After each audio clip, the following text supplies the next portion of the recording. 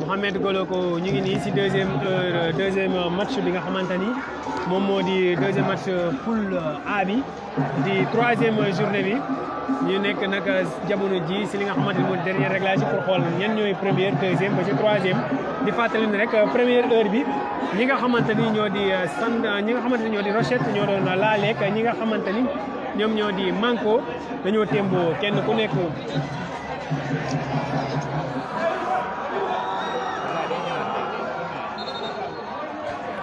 Effectivement noonu lay demee ñi nga xamante ni ñoo di ASC Manko Frontière ak ASC Rochette dañoo def li nga xamante ni moo di match nul un but partout un match qui s'est mal terminé ñi nga xamante ni ñoo di ASC Manko Frontière am ci benn carton rouge mais aussi ñi nga xamante ni ñoo di ASC La Rochette am si ñaari carton rouge jamono ji nag ñi nga xamante ni ñoo di ASC Sant Yàlla ñoo war a laale ak ñi nga xamante ni ñoo di ASC Mesere loolu nag nekk match boo xamante ni aussi match choc la ci diggante ñaari équipe yooyu ASC Sant Yàlla ak ASC Mesere xanaa rek ñu xool dispositif ñaari équipe yi ak rek match bi nan la nar a tëddee avant ñoo dem ci enjeu yi Amadou noonu lay demee Mouhamed Goloko sànq rek maa ngi doon fàttali première heure bi dañoo témbu benn kenn ku nekk dugal sa morom benn ball diggante Rochette ak Manko loolee sax nag tax ñi nga xamante ni ñoo di waa Rochette ñoom pare nañ rek ci li nga xamante ni moo di compétition navétane 2021 bi jamono joojee nag waa Manko ñoom ñu ngi ak 5 points quelles que soient les conditions wala quel que soit jeexalinu match bii nii Manko moom mën nañoo jàpp qualifié nañ en quart de finale. effectivement noonu lay demee mën nañ jàpp ni qualifié nañ ñi nga xamante ni moo di quart de finale ndax ñoom ak ñi nga xamante ni ñoo di Sant Yàlla ñoom dañu tolloo woon li nga xamante ni moo di ay points parce que dañoo amoon ku nekk si ñoom li nga xamante ni moo di 4 points Sant Yàlla amoon 4 points ñoom aussi ñu amoon li nga xamante ni moo di 4 points fu mu ne nii nag ñi nga xamante ni ñoo di Manko Frontière rek dañoo jiitu am li nga xamante ni moo di 5 points en attendant li nga xamante ni moo di troisième match bi ñu fàttali aussi que ni Mesere match bi passé ki nga xamante ni moo di Manko Frontière daf ko dóoroon par 1 but à 0. Mesere moom mi premier match am it defoon ak Rochette 1 but partout ñu nekkoon match nul kon moom jamono ji moom it situation bi dal ñi nga xamante ni ñoo di Rochette ñoom moom moo leen dalit kon ba tey mën nañoo jàpp ni rek ñii di Rochette am na nu muy demee ci yeneen poules yi sax mën nañoo génn it meilleur deuxième ak 2 points waaye dana doon lu jafe. effectivement dana doon loo xamante ni lu jafe lay doon ndax yeneen poules yi aussi dafay am mouvement bu baax a baax amaana sax ñu am poule yoo xamante ni final équipe yi am li nga xamante ni moo di 4 points nekk troisième donc loolu du jouer si seen faveur. du jouer seen faveur waaye jamono ji Mesere mën nañ jàpp ni moom bu gagné matcham bii nii rek dafay rek nekk li nga xamante ni moom moo di rek day am 4 points moom it loolee nag mën naa sax tax mu qualifié dañuy.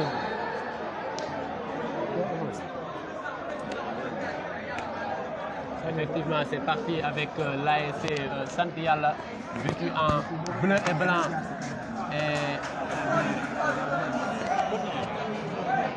c'est parti avec l'ASC Sant Yàlla ñi nga xamante ni ñoo sol maillot yi nga xamante ni moo di bleu blanc contre ñi nga xamante ni ñoo di ASC Mesere vêtu en vert et jaune Amadou Ngingue. match bi démarré na jamono ji nag mu nekk match ba nga xamante ni jamono ji souvent ci round d'observation la ñuy nekk kenn ku nekk xool wala kenn ku nekk indi li nga xamante ni moom la sa coach dénk ci biir vestiaire yi loolee nag pour mu am équipe yi dinañ accordé benn temps round d'observation ba nga xamante ni pour ñaan équipe yi kenn ku nekk xam sa morom lu mu indi mais li am ba des li wóor moom mooy Mesere moom victoire rek la ñuy ñëwee ngir mën a continuer seen aventure rek ci li nga xamante ni moo di compétition bi Mohamed Goloko. effectivement même position wu La Rochette la ñu nekkoon ci match bi passé ñoom aussi victoire rek mooy li nga xamante ni mooy li mën a yóbbu ñu suivre li nga xamante ni mooy coup de pied arrêté bi à quelques mètres des buts avec le numéro 8 ñu xool rek nan la ñu war a négocier li nga xamante ni moo di coup franc boobu. attention. loolu góol bi da koy jël facilement. taxaw joué ak côté droit wam.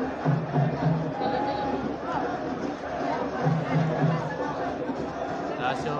De l'autre côté avec l'ASC Sant Yalla. Avec le numéro 10. Il récupère encore peut-être. Attention. Oh là là.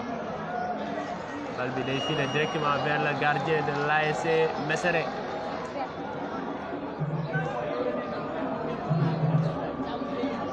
Balle bi day filer directement vers le gardien de l'ASC Mesere.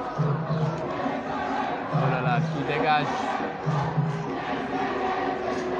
Attention. Ah loolu day yomb arbitre ba nee na am na faute. Arbitre bi nee na am na faute. Un coup franc très Très bien placé. Très bien placé. Attention. Avec un bon tireur, on pourrait avoir quelque chose. J'aperçois le numéro 2 de l'ASC Sant Yalla, un beau tireur de coup franc. Un ancien de l'ASC Guigui. On rappelle que ASC Guigui formé wuñu ren. Ce qui fait que la moitié de nos joueurs se retrouvent dans l'ASC Sant Yalla. loolu lay demee dañuy suivre en attendant waaye dafa mel ni mujj naa déplacé wu bàyyi ak numéro 15 bi. Effectivement li nga xamante ni moo di coup franc bi. donc s'il était un bon tireur bu bàyyi ak numéro 15 bi le numéro 15 aussi a quelque chose au niveau de ses jambes. Effectivement ñu xool nag fan nan rek la négocier li nga xamante ni moo di coup franc bi. ñu leen di fàttali rek yéen a ngi suivre bu baax a baax li nga xamante ni moo di navétane bi zone 5 Thiaroye en direct ici Thiaroye Info TV ñu suivre coup franc bi. Attention, c'est parti. La frappe. Bien joué. Oh là là! Oh là là! Excellent Au coup! fond des filets. Un excellent coup franc. Ah oui! L'ASC Sant Yalla qui prend très tôt une option dans cette rencontre. yaa ngi ko doon wax bu ko numéro 2 bi bàyyi ak moom c'est parce que expert la en la matière.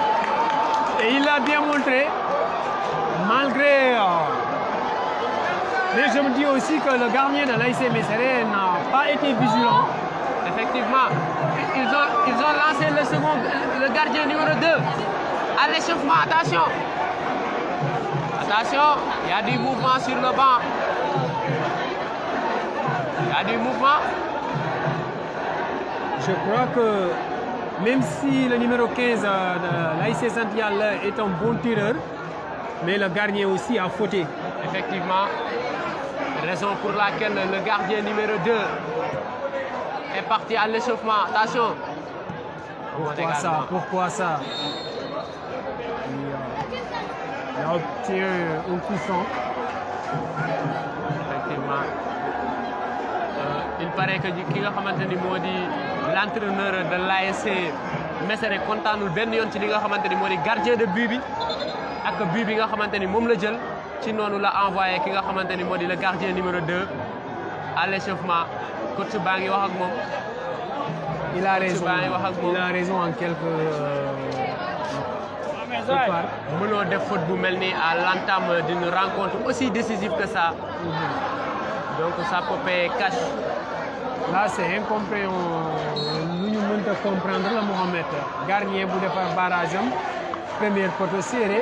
Effectivement def ko première poteau aussi mu dugg. Bal bi ci manque de vigilance am na si wala je ne sais pas quoi. Attention. Au même moment ASC Mesere ñu ngi rek lancé jëm devant. Un bon centre. Bon, ça c'est pour le gardien. Mais le gardien de l'ASC Sant Yalla n'a pas encore manqué de vigilance. Effectivement. Comme l'a fait son adversaire. Effectivement, ñu suivre. day ñuy dem. Avec le numéro 7 da koy ëmb peut-être. Oh là là, attention. Attention. Attention, un bon centre peut-être derrière. dafay dem. Un bon retour du latéral droit. Bien joué. Attention, il faut se dégager avec le capitaine de l'ASC Mesere. Faute. Il a bien négocié son ballon. Le capitaine est numéro 7 de l'ASC Mesere. Mesere qui se dégage. Il ne faut pas aussi que l'ASC Mesere rek teel a découragé nañ dugg. jéem a dugg ci match bi pour mën a pousse. Et ne pas confondre aussi la vitesse et la précipitation. Effectivement. Faute au milieu de terrain. Voilà là.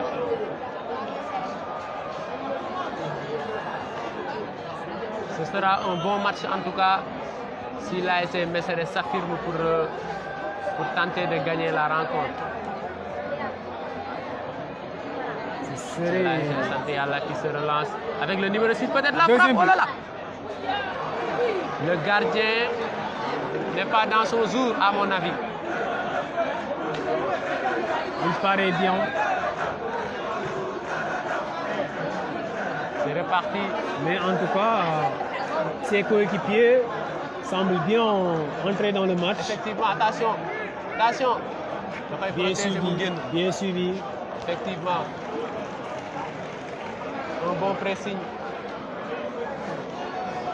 Un bon pressing de la part du numéro 7. Mohamed Goloko, c'est le caméraman bi lañ wax ak moom. Effectivement. Bon centre, attention. Trop court pour négocier ce ballon, ce centre, ce bon centre. Bonne protection de balle. Touche, remise en jeu pour l'ASC Sant Yalla qui repart à 0. Peut-être une touche lointaine.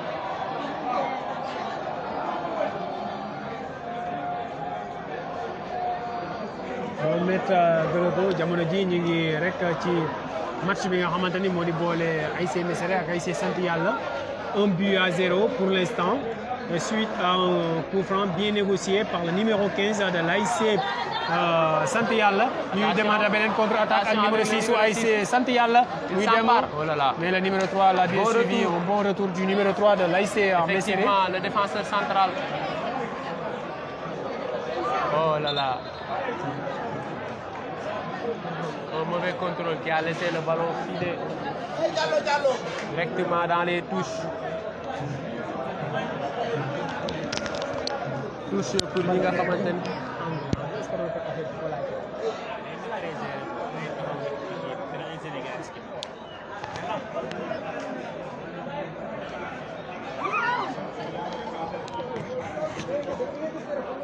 Attention. Le numéro 2, peut-être la frappe, attention. Non. Oh là là, il joue avec le numéro 15. Le buteur qui va essayer de centrer. Un bon centre. En 2 temps. Par le gardien de Mesere. Mesere qui se dégage. Bien négocié. Attention. Malgré leur but encaissé, l'ASC Mesere fait des efforts pour revenir dans le match. Revenir dans le match. Effectivement. Ils sont en train de s'organiser à partir de la gauche.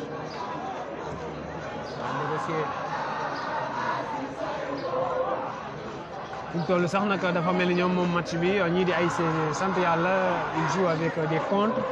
Mais ils sont très bons en contre aussi. Attention, il a mal négocié ce ballon. Il joue avec le numéro 7. Effectivement. C'est pas terminé. Pressing bi dafa kawe ca kaw la. Effectivement. Dafay jouer à gauche rek mu dem mais deful loolu. Ñu jouer ak numéro 7 bi. Coup franc pour l'ASC Mesere. On dirait que Mesere tente de monopoliser la balle et d'essayer d'égaliser. Jamono jooju Martin Junior Mendy moom ñu ngi naan jaajëf les gars vive mon ASC Sant Yalla. Bu dee Ndiaye Cheikh moom ma nga naan rek vive Thiaroye Info. Ñii di Thiaroye Info nag di ko xamal ni rek Mesere en vert et Sant Yalla en blanc noonu la demee jamono ji nit ñi ñuy topp suñu page Facebook di leen fàttali rek suba it ñii di groupe B wala poule B bu zone 5 ba tey dinañ amalaat seen i match 3e journée. Effectivement suba ñi nga xamante ni ñoo di waa groupe B dinañ amal li nga xamante ni moo di seen 3e match. mu war a rek ndar képp li nga xamante ni moo di phase de groupe bu poule boobu noonu ñu suivre remise en touche bi c'est l'ASC Mesere qui récupère oh là là. ñu ngay teg bal bi. il joue bien attention. day dem ak numéro 9 bi. mu joué ak numéro 17. la peut-être. oh là là. oh là. ils ont bien joué. Ils ont bien joué. Effectivement. C'est une équipe très joueuse. Exactement. L'entraîneur donne de la voix à partir des touches. L'ASC Sant Yalla qui repart à 0. Attention, main devant. Sant Yalla dafay demaat ak numéro 15 bi. da koy xalab ca kaw.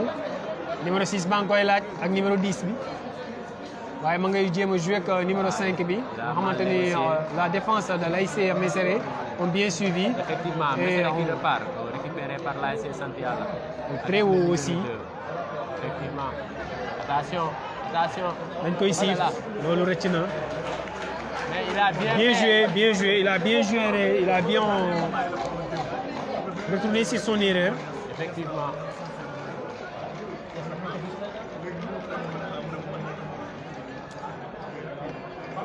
Bonjour à terre, c'est le capitaine de l'ASC Mesere. affaire a nawetaan la day jóg faxasu dem. Effectivement. Le numéro 11 qui s'excentre avec le numéro 8. Bon recours du numéro 6. Sant Yalla qui se relance. Ce sera récupéré par l'ASC Mesere.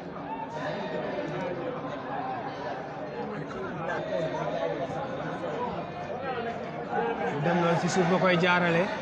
Une bonne discipline tactique de la part de l'ASC Mesere qui récupère toujours les deuxièmes ballons. Mohamed mu mel ni deuxième gardien bu ASC Mesere bi jugoon wàccaat na delloowaat nañ ko ci banc bi daa mel ni gannaaw ba coach bi waxee rek gardien bi ils ont su wala ils ont pu se mettre en accord. Effectivement mel ni rek ma bàyyi la nga wax ak ñi nga xamante ni ñoo di internet yi Amadou Gningue. dañuy bàyyi rek coup franc bi jàll après ma dëkk si ñoom kii di numéro 8 bu ASC Mesere mi ngi tegaat bal moom it il me semble un très bon joueur en coup franc. Effectivement. Un très bon frappe. Peut-être dans le paquet, effectivement. dañuy jouer da koy remise non une récupération très haute de l'ASC Mesere. Très bien nekk discipliné. bu baax si match bi waaye ñii nga xamante ne ñoo di ASC Sant Yalla bàyyiwuñu leen si benn yoon. Effectivement. Mais mu mel ni deuxième ballon yi à chaque fois c'est l'ASC Mesere qui koy jouer récupère. mal dégagé par le gardien. Le numéro 8 qui tentait de Écarter le danger. Et le ballon qui s'envole. Mohamed Goloko kii di Cheikh Ndiaye mi ngi naan yàlla na dem ba ngeen am TV incha allah mën na laa raw loolu yàlla mën na lu raw loolu kii di Ibrahima Khalil Gueye ne de tout cœur avec Biba Junior Kaw Samba Coxo Jules Mbappé Sidaat Ndiaye moom ne jaajëf Thiaroye Info si kanam rek incha allah. noonu lay demee ñi nga xamante ni ñoo di internet yi ñu ngi savouré bu baax a baax li nga xamante ni moo di match nawetaan yi loolu nag ki leen ko yombalal moo di Thiaroye Info TV. Attention à l'offensive côté ASC Mesere, peut-être un bon centre. Attention.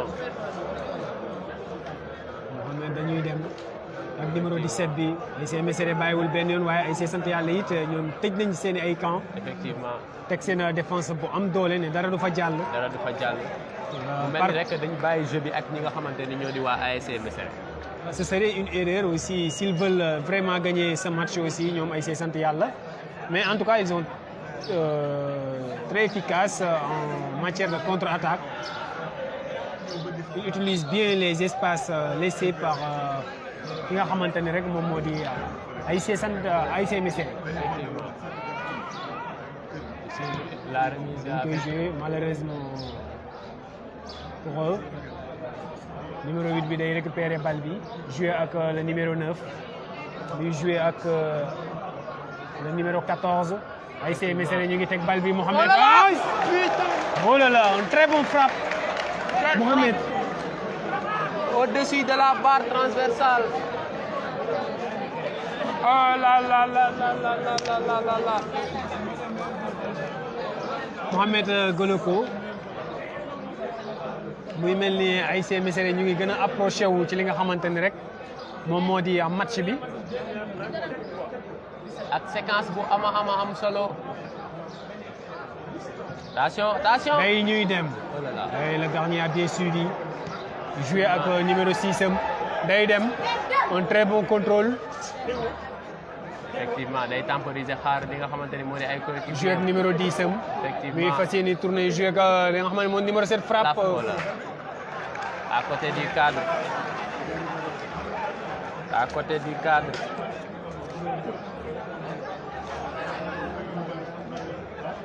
Un bon match jusque-là. Mesere qui repart avec son capitaine. Peut-être qu'il Numéro va 7. foncer, qu'il va percer. bien sûr. day dem da koy continuer ak moom. ah bul def loolu. y a rien da ngay jël carton bu ñaaree dafay jël carton Mohamed. effectivement simulation noonu naa continuer jeu am.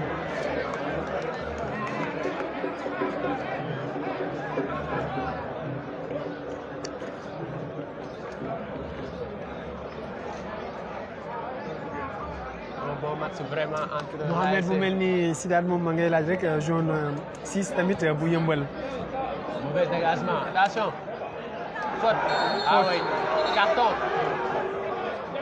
carton jaune pour le numéro 17 de l'ASC Sant Yalla suite à une faute sur le capitaine et numéro 7 de l'ASC Mesere Amadou Ndoye. Mohamed Goloko kii nga xamante ni moo di Alioune Ndiaye mi ngi naan merci waaye les frères depuis 2011 seetaanuma Mesere namoon naa sama équipe di jouer ah. effectivement loolu Thiaroye Info moo leen koy may en exclusivité ñi nga xamante ne ñoo nekk ci diaspora bi un peu partout dans le monde dañ leen di may bu baax a baax li nga xamante ni moo di direct yi. mel ni la blessure est un peu grave Mohamed. effectivement kii di numéro 7 Mesere bi nekk à terre ba tax sax arbitre bi woo ñi nga xamante ni ñoo di croix rouge rek ñu indi pancarte fas yéene ka génne. effectivement la blessure semble un peu grave ou sévère en tout cas. grave. mais Mohamed en tout cas am nañu un très bon coup franc nga xamante ni s'ils ont un bon tireur aussi. effectivement ils peuvent faire ce que leurs adversaires ont fait. mais mu mel ni ñoom seen coup franc yi dañuy jël option rek centré ko parce que souvent un coup franc excentré à droite il négocie ça avec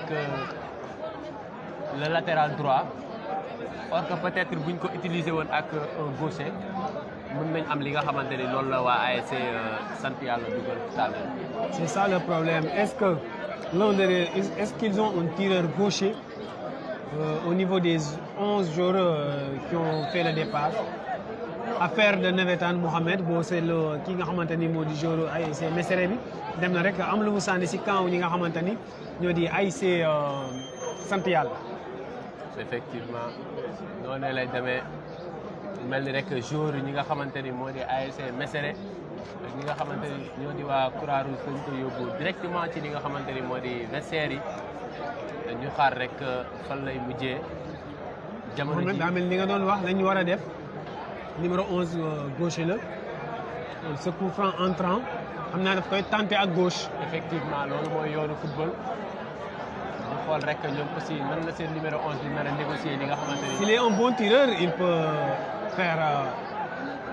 peut égaliser hein. effectivement sur ce coup franc. effectivement ñu suivre bu baax a baax. arbitre bi mu mel ni rek jox na benn avertissement verbal li nga xamante ni moo di miiru ASC Sant Yalla bi. exactement. day baax. Oh là là. il a bien tiré le coup franc Mohamed. effectivement mais défenseur bi dafa concentré woon bu baax a baax le numéro 7 qui revient sur la pelouse. jamono ji ASC Sant Yalla moo mené 1-0 ASC Mesere ñu ngi toll ci première période bi normalement Mohamed war nañoo laale lu war a toll 20 minutes. effectivement.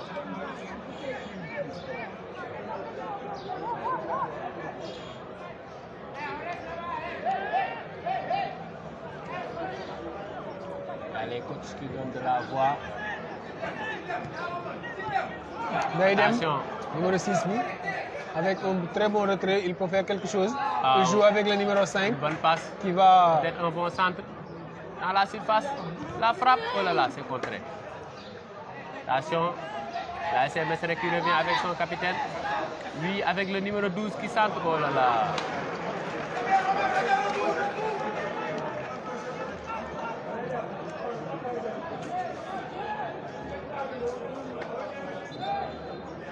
Il est à terre.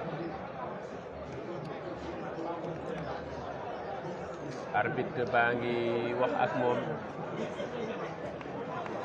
ñu xool rek il revient le numéro 12 de l'ASC sant yàlla. mel ni gardien bi dàq na ay joueurs am pour ñu dem. ñu def effectuer un long dégagement. numéro 7 bi dévié pour numéro 9 bi mais malheureusement le gardien s'il n'est pas bon en ballon pied rek mën na ko indil jafe-jafe. mais il a bien négocié. Malheureusement. loolu faute. coup franc faute. Effectivement, il a joué avec le feu. Il a joué avec le feu. te loolu mën na ko Ce n'est pas le rôle d'un défenseur en tout cas. Effectivement. ñu suivre rek li nga xamante ni moo di coup franc bi ci côté droit. Martin Junior mais ni ma ngay demandé ay ralentir. Martin loolu la ñuy bàyyi ba si kanam. ralenti loolu dañ koy bàyyi ak technicien yi Martin. attention. ñu xool numéro 8 bi. bon coup franc. oh là là corner. Corner.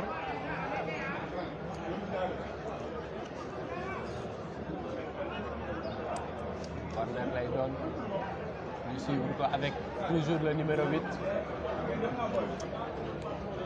Dans la surface. Voilà, attention. Le latéral gauche qui dégage. da koy fël da koy fël. da koy fël L'arbitre revient sur la faute. Attention.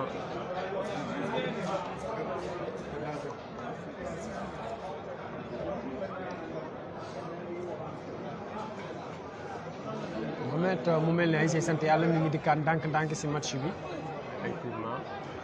mais ñii di waa ASC Mesere aussi bàyyiwuñu benn yoon. mu mel ni joueur bi dafay saigné arbitre bi da ko ordonné mu dem ñu soigné ko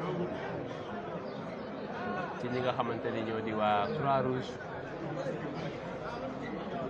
c'est plus rassurant Mohamed. Effectivement.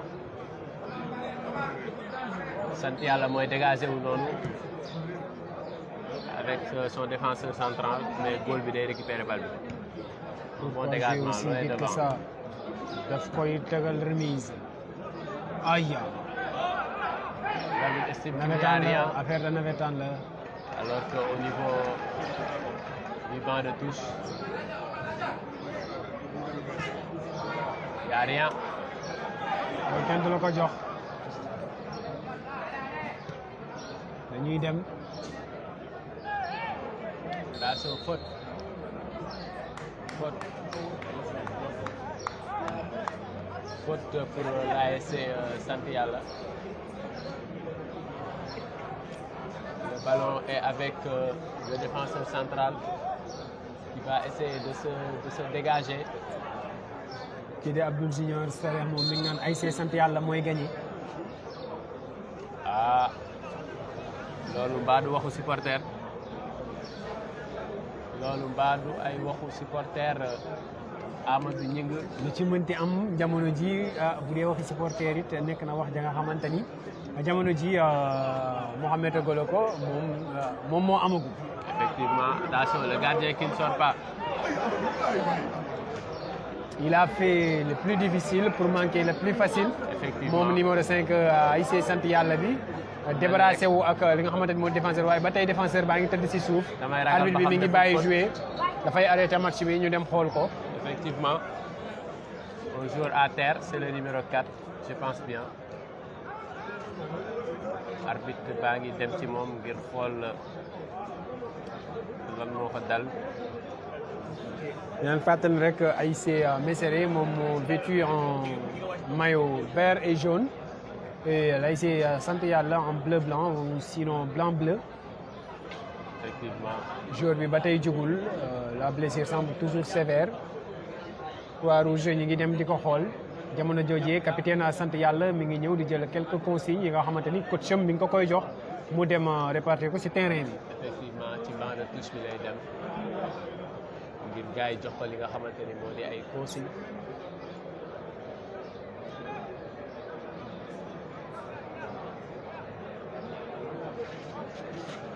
Mohamed nag sunu nawetaan yi li ci des moom moo di rek parfois dañuy def ay erreurs yi nga xamante ni dafay doy waar.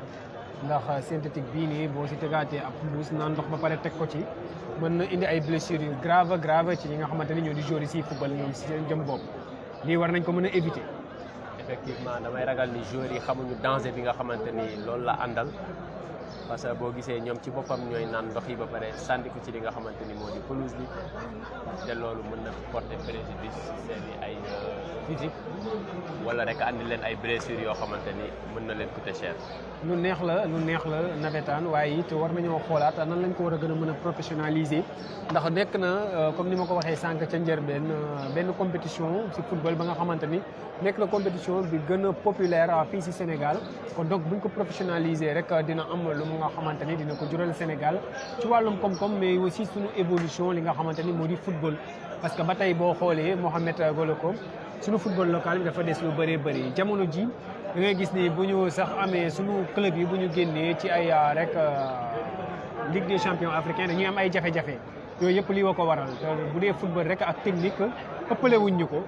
effectivement waaye rek dafa comme ni nga ko waxee dafa am yoo xamante ni ay préalable la te dafa des bu baax a baax ci li nga xamante ni moo di fii ci diwaanu Sénégal mu di rek accompagnement bi nga xamante ni moo ci war mais aussi infrastructure yi nga xamante ni moo war ngir ñu am football bu mucc ayib.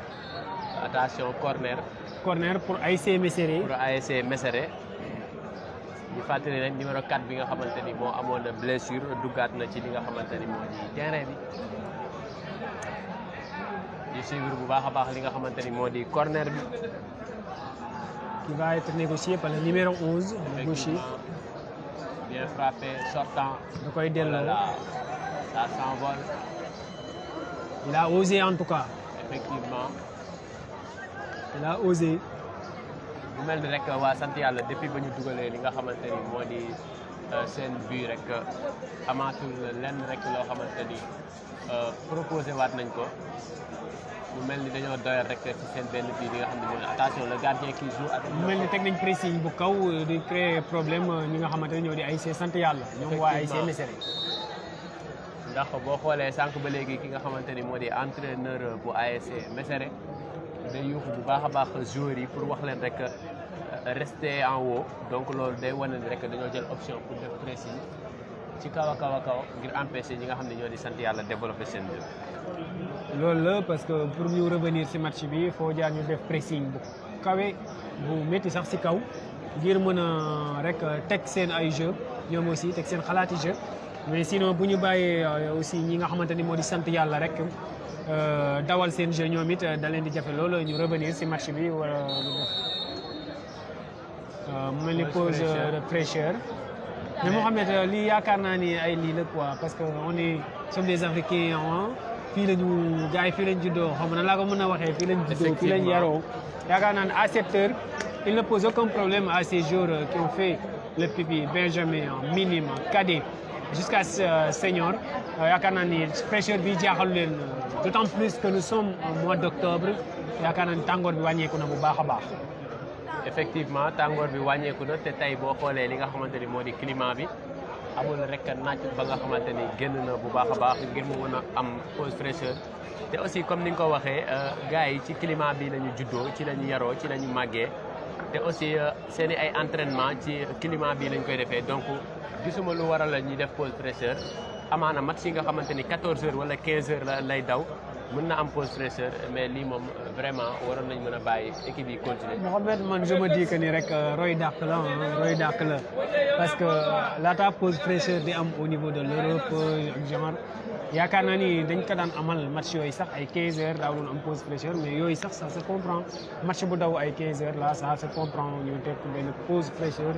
yaakaar naa ne sax loolu ci première mi-temps bi rek doy na parce que seconde mi-temps bi dina tombeek rek li nga xamante ni moo di tàngoor gi wàññeeku bu baax a baax mais yaakaar naa ni Sénégal moom dañu rek bëgg dañoo bëgg rek roy quoi roy mais yaakaar naa ni ça ne pose pas de problème à ces joueurs qui ont bien entraîné ñoo am physique bu baax aussi ça ne leur pose pas de problème effectivement surtout que mu nekk comme ni nga ko waxee joueurs yoo xamante ni ci climat bi la ñu juddoo mais aussi si la ñu yaroo nekkuñu ay étranger donc nekk na loo xamante ni vraiment suñ ko mënoon a dindi dina yokk bu baax a baax li nga xamante ni moo di rythme football bi ñu mën a am du beau jeu parce que à chaque fois que joueurs yi taxaw ci benn temps bu ñu ñëwaatee dañuy sedd te loolu day rey li nga xamante ni moo di ambiance bi amoon ci match bi.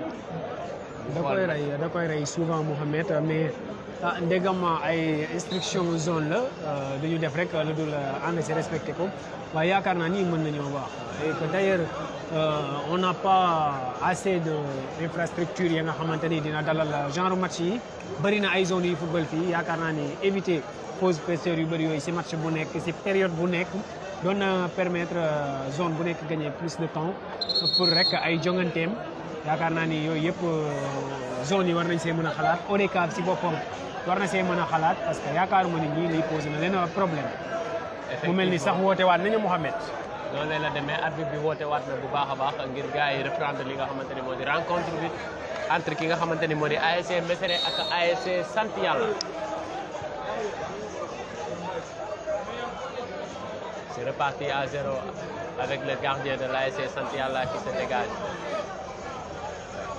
mu mel ni sax ki nga xamante ni moom moo di rek Jules Diop mi ngay naan rek règlement la dañ ko appliqué championnat moo tax obligatoire pause fraîcheur day am si navétane kii moom di rek Aminata Rasoula Thior mi ngi naan Nice Diop Abdoulaye Camara l'enfant noir Abdel Oje Kane ne nekkoo si terrain bi moo tax gars yi contribution rek la ñuy joxe. effectivement ne merci l'équipe de Thiaroye Info.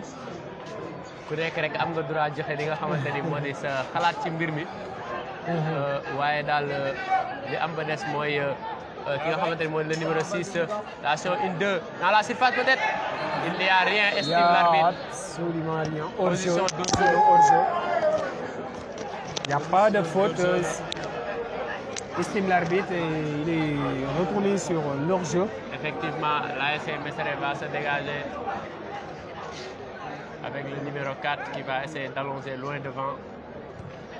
Effectivement, le numéro 7 qui récupère la balle. Faute. Faute pour l'ASC Mesere.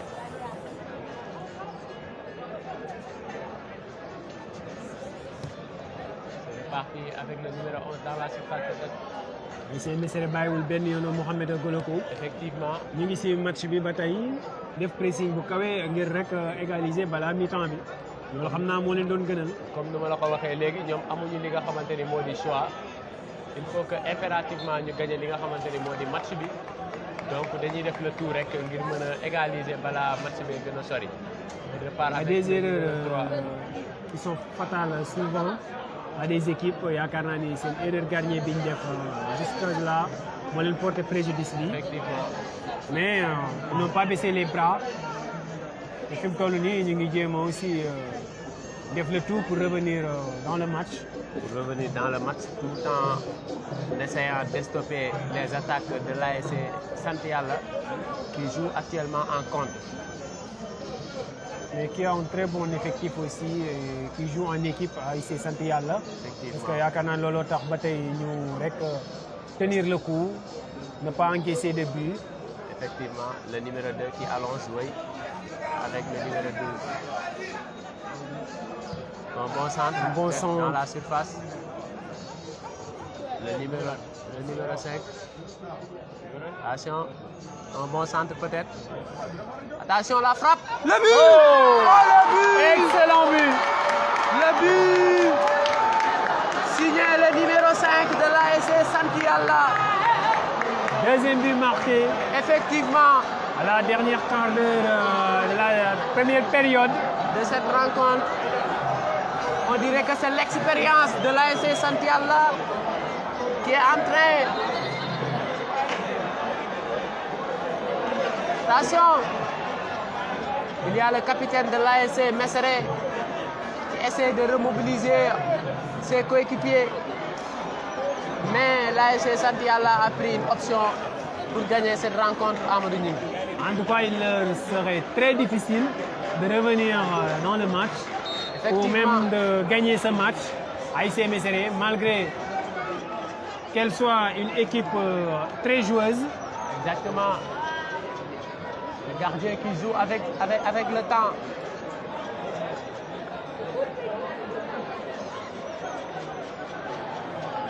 Ñu ngi rek remobiliser waat li nga xam ne moo di trou bi. Il repart à 0. Attention aux espaces. Attention. Attention à ne pas craquer aux dernières minutes de cette rencontre. L'ASC Sant Yalla qui essaie de temporiser en jouant derrière avec le gardien.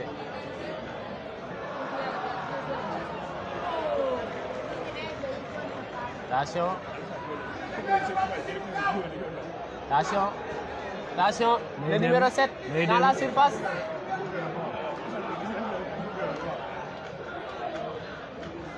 ñu ngi teg bal bi ba tey. Effectivement. Il joue avec le feu. Il joue avec le feu.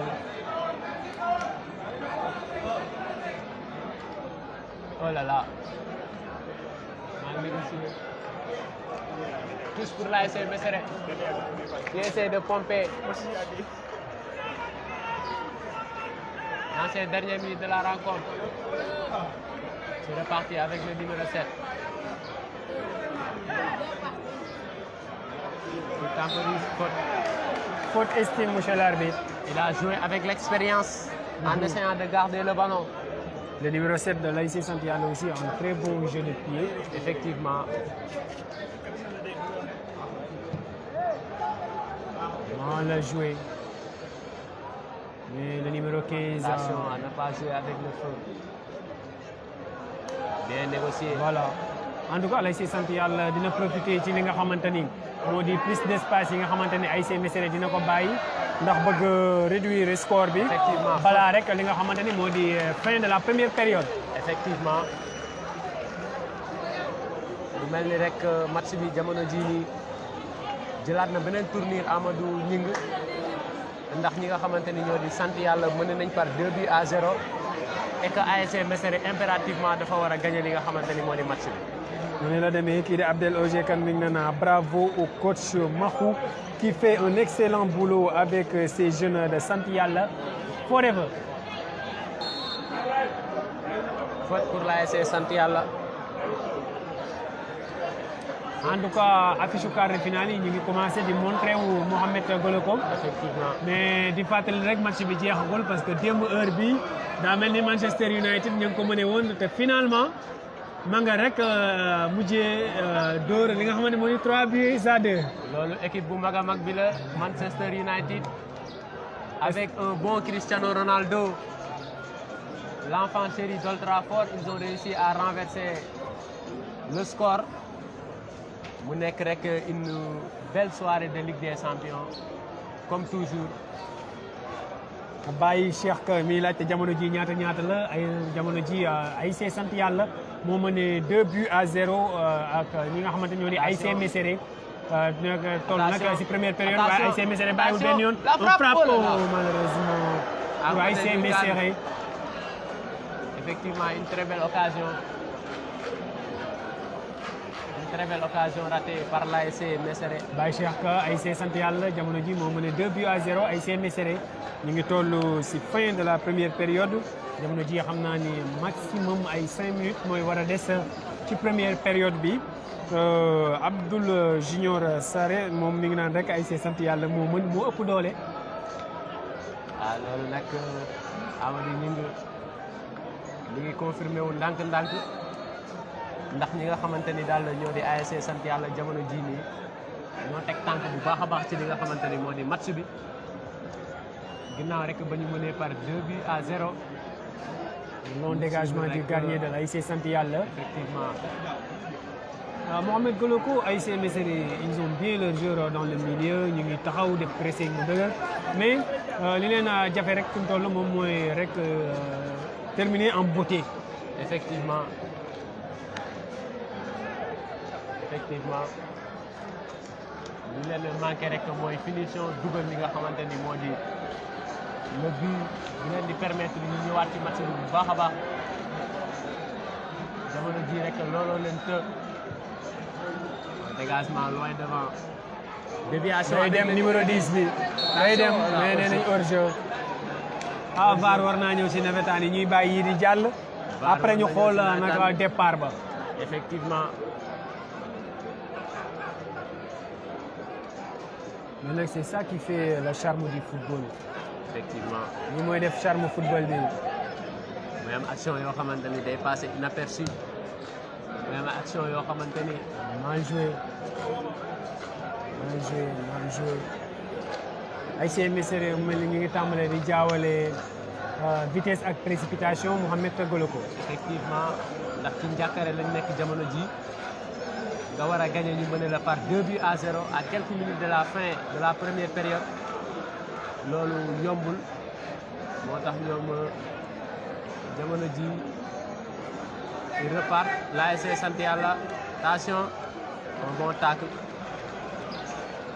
Jules Diop moom mi ngi naan rek bonne chance à ASC de Cœur à mon ASC de Cœur xam naa la bëggoon wax méngoo demee ndam rek ëllëg mu ne ndam rek di fàttali ni rek boobu jamono Banda Gueye moom mi ngi naan match Manko Rochette lay score Rochette ak Manko dañoo rek match nul un but partout gannaaw ba nga xamante ni nag Rochette am na ñaari rouge Manko am benn rouge moom moomee di Manko si 3 journées yi am na si ñaari match nul ak benn défaite ñu ko jox ko 2 points daanaka mën nañ ne éliminer ko ci compétition yi jamono joojee Manko moom ma ngeeg rek 5 points ci yu mu am gannaaw benn victoire ak ñaari match nul. effectivement noonu la demee mu di ñaari équipe yi nga xamante ni ñoo njëkk a joué match bi donc match la yoo xamante ni vraiment permettre na ñi nga xamante ni ñoo di ASC Manko Frontière qualifié li nga xamante ni moo di prochain tour yi waaye ñi nga xamante ni ñoo di ASC Rochette rek desandi ak ñaari point ak ñaari rouge yi nga xamante ni écopé nañ ko ci match bi nga xamante ni moom lañ jël.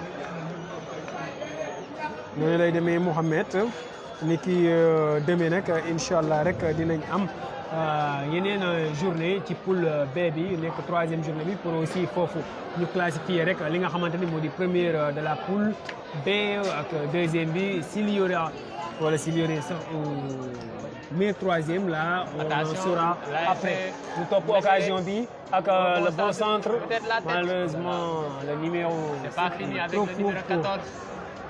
Retournons avec le numéro 8 qui fait de bons centres. Attention au rebond. da koy lijjanti Attention à ne waaye pas dañ jouer koy avec siif le faux faute. Carton. L'arbitre estime. Ah oui. Il écope de carton jaune. c'est tout à fait normal.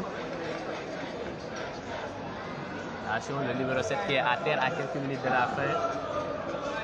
Mohamed ñuy fàttali rek suba ci àjjuma bi ASC Darou Salam dina tase rek ASC Mengo bu 14h30 jotee ASC Ramdana di taseeg jamono jooji ASC Penc bu 16h30 jotee ni ki samedi bi nag ASC JAD dina taseeg ñi nga xamante ni ñoo di ASC Ndox mi ASC Rakaju taseeg ñi nga xamante ni ñoo di ASC Kaani bi. Attention au numéro 7 qui s'excentre. Il revient à 0. Il repartit avec l'ASC Messeré. Faut jouer vite. dafa yéex affaire da mag la affaire navétane. Effectivement. Oh, l'ASC Messeré. J'aime bien l'ASC Messeré. dafa sori. Sorry, exactement. Bal bi dafa gaaw trop. Mohamed, j'aime bien l'ASC Messeré. Malgré les 2 buts encaissés, il continue à jouer le bon football. Effectivement, même seen match précédent bi nga xamante ni moom la ñu amaloon ci li nga xamante ni moo di seen 2e journée malgré rek li nga xamante ni moo di seen défaite face à Manko Frontière joué woon nañ match bu am solo c'est la fin de la première période Amadou Gningue. 2 buts à 0 pour l'ASC Sant Yalla devant ASC Messeré mi nga xamante ni tôt dès les premières minutes ou les 5 premières minutes de la rencontre, ils ont encaissé le premier but suite à un coup franc bien négocié par le numéro 15 de l'ASC sant yàlla gannaaw gi ba ñu demee jël pause fraîcheur ba ñëwaat rek la ASC sant yàlla dugalaat li nga xamante ni moom moo di deuxième but bi fii nii jamono ji nag 2-0 ASC sant yàlla ci kanamu ASC Mesere fin de la première période Mouhamed Golokou. noonu la demee ñi nga xamante ni ñoo di ASC sant yàlla très tôt rek ñu dugal li nga xamante ni moo di seen bi jël option si li nga xamante ni moo di match bi noonu nag la continuer ba nga xamante ni rek jamono ji rek ñoom ñoo mëneegum li nga xamante ni moo di ASC Mesere par 2-0 kon nag xam naa rek joueurs yi dañuy regagner li nga xamante ni moo di vestiaire yi en attendant rek ñuy xaar deuxième période bi ana nan la match bi di mujjee waaye ñu fàttali ni rek ñi nga xamante ni ñoo di ASC Mesere ngir rek ñu espérer benn qualification il faut que rek ñu gagner li nga xamante ni moo di seen rencontre bi ngir mën a espérer une qualification Amadou Gningue. Ce qui est très difficile mais pas impossible ñu xool nag fan rek la wànnent di mujjee ki gëtam Mouhamed Golokou ASC Mesere ASC sant yàlla 2-0 pour ASC sant yàlla et mi-temps. mu mel ni sax kii di gardien ASC sant yàlla bi jël na carton jaune gannaaw ba ñuy demee nii si li nga xamante ni rek moo di vestiaire yi ndax dafa dellu woon fa nga xamante ni rek moom moo di ci banc de touche yi alors que arbitre bi mi ngi doon woo ñëpp ñu dem rejoindre li nga xamante ni moo di vestiaire yi. effectivement joueurs yi rek dañuy def li nga xamante ni moo di ay faute technique ay erreurs yoo xamante ni yu banal yoo xam ne mën na coûter li nga xamante ni moo di seen équipe cher ndax boo gisee li nga xamante ni moo di gardien bi carton bi nga xamante ni jël na ko mënoon na ko éviter ndax kenn xamul match bi fan lay mujjee mën na def beneen faute boo xamante ni dina ko coûter beneen carton te loolu rek rouge lay doon te loolu mën na porter préjudice li nga xamante ni moo di équipe am donc gars yi mën nañ éviter bu baax a baax li nga xamante ni moo di erreur yooyu ngir bañ a tomber à l'eau ngir bañ a yàqal seen équipe li nga xamante ni moo di seen ñu ñaan rek sunu caméraman mi jëlee ñu tribune supporter yi la nga xamante ni ñu ngi xumb bu baax a baax sunu caméraman ñu koy ñaan mu jëlee ñu tribune supporter yi. effectivement ñu xool lan moo xew ci li nga xamante ni moo di tribune yi ñu xool supporters yi rek nan la ñuy réagir jamono ji nga xamante ni joueurs yaa ngi regagné li nga xamante ni moo di vestiaire yi Amadou Gningue.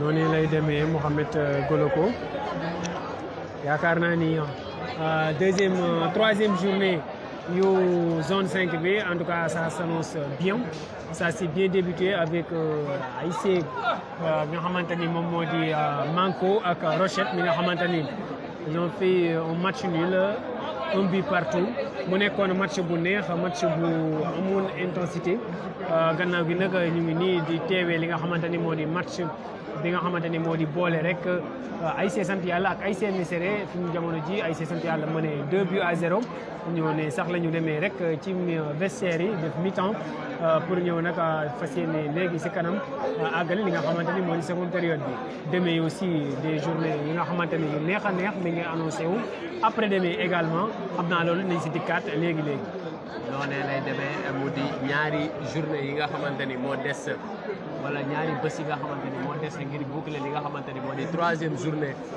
bu match bi nga xamante ni moo di ASC mu di zone 5 mu di rek troisième journée yi nga xamante ni moo nar a rek ndar képp li nga xamante ni moo di phase de poule yi donc tey jii nii ñaari match yi nga xamante ni ñoo déroulé mu di ay match yu neex a neex a neex ñuy xaar rek suba yan match lañu war a mën a assister en attendant deuxième période bi nar a opposé ñi nga xamante ni moo di ASC Mesere ak ASC sant yàlla jamono yooyu nag ñi nga xamante ne ñoo di supporters yi ñii di laaj café ñii di laaj li nga xamante ni moo di crème ñii di laaj gerte donc daal nawetaan a ngi noonu Amadou Gningue mais daal ni ma ko waxee woon ci journée bu précédente bi mooy daal gisaguma peloton vraiment xanaa ma bàyyi rek nga dalal Bala Moussa Diarra peut-être moom mu am réaction boo xamante ni dina ko def ci match yi nga ñaari match yi nga xamante ni suivre na. noonu lay demee Bala Moussa Diarra moom it boobu ba tey mi ngi assisté.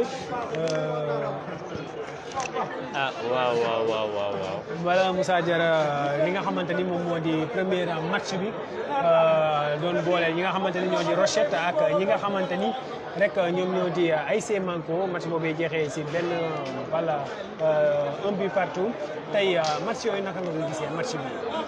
waaw match Rochette bi ak ASC Manko donc gisoon nañ match bu équilibré match boo xam ne en quelque sorte quand même ñu ngi doon gis football bu baax a baax donc moo amoon ci équipe bu ci nekk moo amoon ay joueurs yoo xam ne ay potentiel lañ yu porté woon carrément match bi à savoir numéro 10 Manko bi mu nekkoon joueur bu posé quand même di porter jeu bi di produire jeu di football loo ay joueurs am même parfois aussi joueurs yi buñ dul woon répondre sax mais gis ne à chaque fois mu ngi leen di jéem a booster li leen jéem a football loo donc loolu aussi mu nekk loo xam ne dafay neex a seetaan ci football de même chose pour ASC Rosette aussi am na si ay quelques joueurs yoo xam ne quand même ñoom it ñu ngi doon jéem a produire jeu jéem a football aussi que ñoom aussi dañoo woon benn pression bu tegu woon seen kaw comme quoi que aussi buñ dóorul woon dañuy toog par la force moo taxewoon match bi gënoon nekk pression si ñoom mais quand même gis nañ match bu équilibré woon bu neexoon mais juste que malheureusement dañoo dem ba match bi ba muy waaye jeex mu am ay quelques désordres yu si am donc loolu aussi si nawetaan la bokk parce que aussi parfois envie de gagner parfois mu nekk je sais pas doo comprendre au final daal peut-être loolu moo xaw a casser rythme match bi som ba au final disons avantage bi dem si ñi nga xamante ne ñoom ñooy ASC Manko donc non ok waaw ba tey match boobee sax nga gis yaa ngi wax léegi ci ay désordre mais yooyu ku ko xam ko ci nawetaan daanaka du désordre mais bokk na si liy def aussi charme nawetaan donte dañu koy sax li nga xamante ni sax dañ koy ñaawlu ci li nga xamante ni moo di compétition yi bu mënee ñàkk moo ñu gënal mais match boobu nga xamante yaa ngi koy wax football pression que ni tey ci su ma gañewul amaana mën naa toog est-ce que parfois du exposer équipe à ce que sax muy bàyyi trop de failles derrière elle ba nga xamante ni day tax ñi nga xamante ni ñoo di ay adversaire am nekk bien à l'aise di profiter aussi si failles yu ndaw yooyu ñuy bàyyi. waaw effectivement damay rejoindre li nga wax donc foofu peut-être il faut que coach bi nekk un très bon tacticien pour mu mën a jéem a gérer ñaar yëpp parce que quand même équipe boo xam ne yow da ngay risqué toog donc yow mënoo taxaw di xaar mënul nekk donc quoi qu'il en soit di nga song jéem a fubal jéem a dugal parce que quand même yow la war quoi mais en même temps aussi suñu nee jéem a fubal jéem a dugal néew ñu nga bàyyi sa camp aussi mu nekk lu yàmb la nga xam ne ku ne mën na ñëw dugal donc loolu en quelque sorte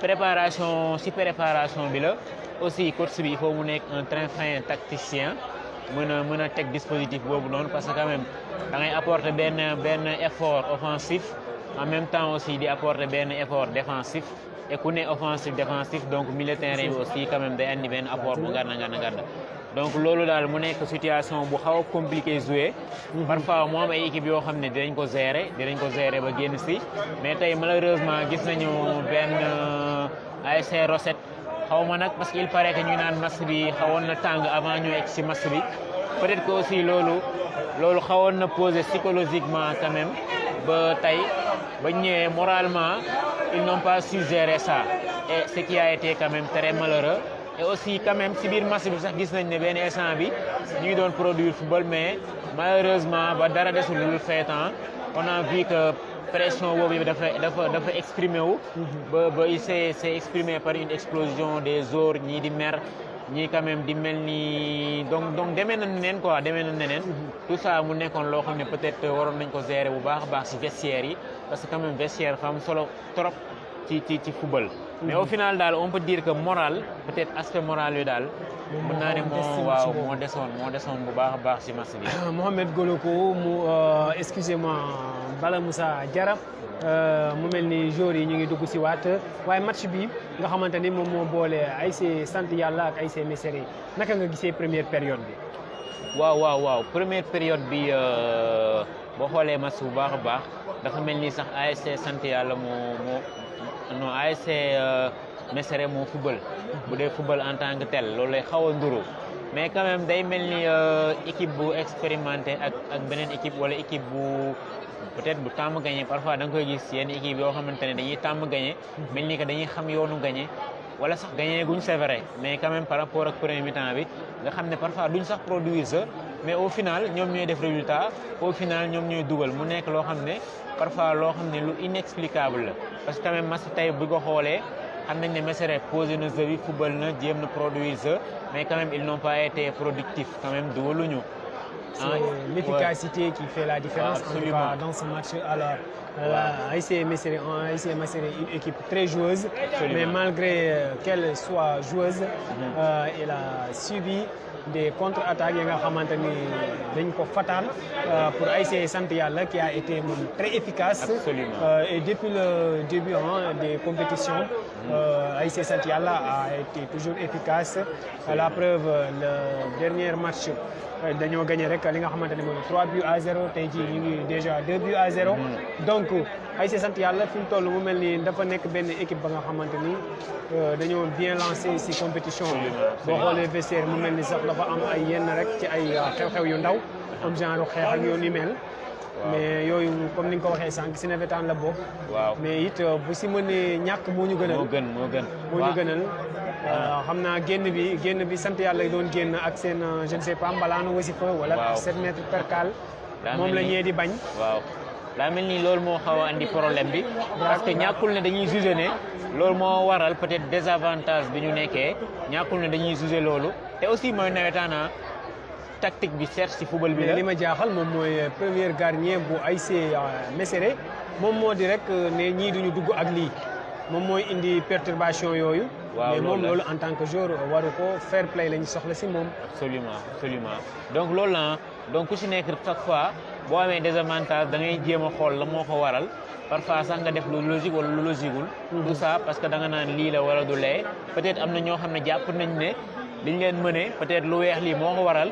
ba ñenn ñi bëgg a empêcher ñi génn ak seen lu weex mais quand même c'est de leur droit parce que bu ñu si amul woon droit je pense que arbitre bi du ko accepter wala arbitre bi dina ko bañ wala dina ko dindiloo wala du nangu mu dugg ci terrain bi mais dès l'instant où arbitre bi accepter mu dugg ci terrain bi kon am nañ ci droit donc ñu reveniraat ci réalité nawetaan rek nawetaan loolu la football la tactique la tout ça mais dafa am yeneen réalité extra jeu wala extra football yoo xamante ne peut-être mënoo ko expliquer mais au final moo waral ne jour bi aussi ne ñoom duñ jàll ak seen lii nii en quelque sorte te mën nañ ne jig na leen. waaw mu mel ni gars yi dañoo bëgg déstabiliser mentalement ñi nga xamante ne ñoo di ASC Sant Yalla. absolument waaw loolu lay nduru mais quand même ASC Sant Yalla aussi bu ñu xoolee bu baax a baax ci banc beeg ci joueurs yi nekk terrain bi quand même nga xam ne expérience aussi exprimé wu na. parce que da nga fiy gis ay joueurs yu mel ni Kaw Samba ay joueurs yu mel ni Coxo ak ñeneen waaw ñu gis. fàcc ko noonu lay demee. donc match bi mi ngi waaj a commencé ku ci nekk yaa ngi defar sa taxawaay donc ñu ngi waxtaan seen biir am na ay quelques tensions mais arbitre mu ngi defaat ordre on voit un arbitre qui est quand même autoritaire serein calme. loolu aussi nekk loo xam ne lu am solo la parce que quand même match yu mel nii surtout mu nekk 3e match nga xam ne ñenn ñi dañoo war a toog ñenn ñi rejoindre l'écart. donc match yooyu mënul simple faaw mu am tension. heureusement que depuis le début gis nañ arbitre yoo xamante ne quand même géré nañ match bu baax a baax donc daan waxaat léegi ne yii du si ñàkk. Mohamed waaye fi mu toll match bi moom fi mu toll Bala Moussa. mu mel ni mi ngi bëgg a démarrer waat mais fi mu toll nii daal am na ay mbir yi nga xamante ne ay incidents yi nga xamante ne mi ngi siy am. donte gënalul ak lu nawetaan waaye it daal mooy loolu coach bi ragal naa ni dina jël carton balaa moo jékki. waaw nii boobu léegi de nangu toog mais ni finalement. rouge nañ ki nga xamante ni rek moom moo di coach adjoint bi.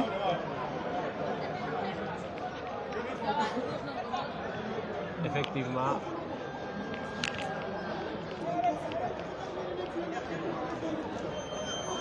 L'arbitre qui met de l'ordre. Un arbitre très autoritaire, ce que disait tout à l'heure Bala Moussa Diarra. Effectivement.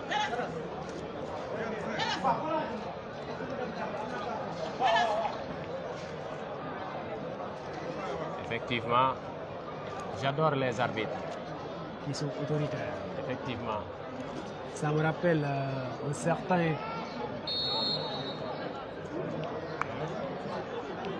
Attention, c'est reparti. C'est reparti côté sant yàlla côté Mesere du moins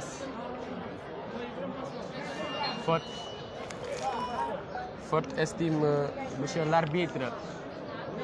L'ASC Mesere qui déroule bien dans le paquet. Attention, le numéro 14. Peut-être la frappe. Attention.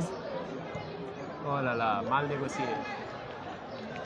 Mal négocié. Ñu leen di fàttali ki nga xamante ni moo di entraîneur adjoint bu ASC Mesere. Arbitre bi daf ko jox li nga xamante ni moo di carton rouge.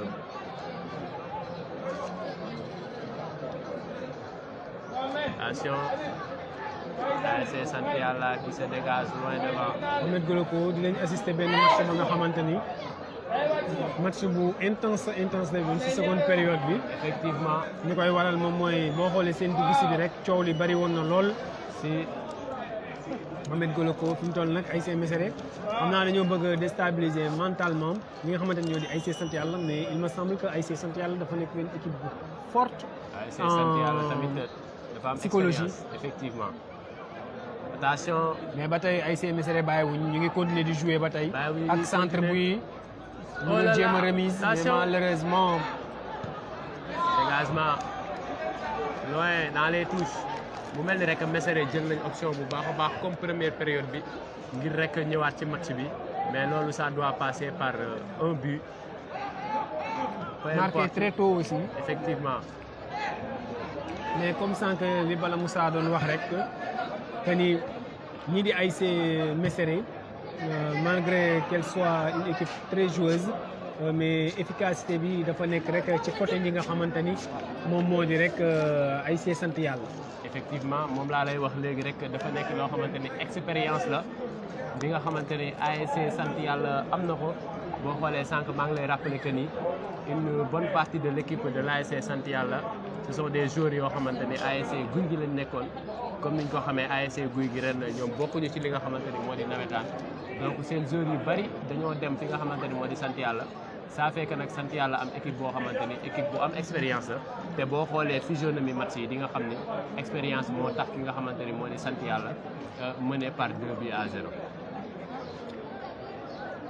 noonu lay demee Mouhamed Goloko mais ba tey ASC Mesere moom bàyyiwuñ benn yoon. Effectivement ñu ngi jéem a xool fan lañ mën a jaar rek ASC sant yàlla ba marquer d'abord un premier but. Et voir comment faire aussi pour marquer un second ou sinon un deuxième but. Effectivement. Mais il faut avoir un Cristiano Ronaldo, un Messi pour remonter ces genres de scores. Effectivement. Attention, bien joué.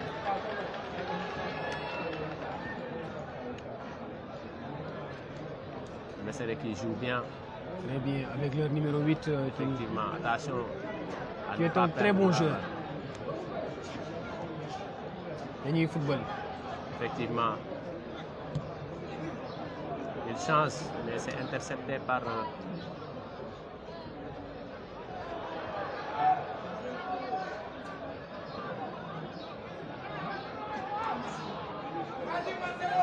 bien joué. Oh! Il repart Da koy avec sànni une- fële. Attention! Amul loolu. Il faut que mu siggi xool aussi. Le buteur qui déborde. Un bon centre. Oh là là. Ça file directement au 5,50 m. Je pense que le numéro 10 n'a pas jeté un clin d'œil à sa gauche pour que mu gis sa départ ki nga xamante ni moo di attaquant bu ASC sant yàlla ni. En tout cas nekkoon na démarrage ba nga xamante ni amoon na solo lool bu ko joué woon côté gauche yaakaar naa ni ce serait mieux. Attention.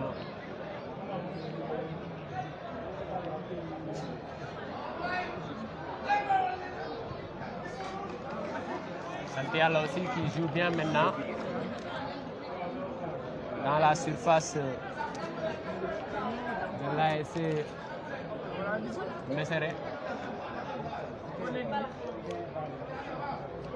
Mais devant, il temporise, le capitaine touche. Il s'est enfermé. Les joueurs partent à l'échauffement du côté de l'ASC Sant Yàlla. Attention. Attention. Oh là là, récupéré par le numéro 12 qui repart. Il joue devant, mais c'est récupéré Même par si- l'ASC Mesere. Mohamed match bi ASC Mesere moo gën a présent au côté du milieu Effectivement. mais ASC sant yàlla dañu am une défense très expérimentée il me semble. ba tax na pour rek ñii di ASC Mesere franchir li nga xamante ne moo di ligne défensive bu ASC sant yàlla ça leur pose beaucoup de problèmes pour rek ñu franchir ligne défensive boobu. Effectivement, et il y a du mouvement sur le banc de touche du côté de l'ASC Mesere avec le numéro 12 qui s'apprête à entrer. C'est l'entraîneur qui est en train de donner les dernières consignes. Attention, un long dégagement vers le numéro 7. Attention. Bon bataille.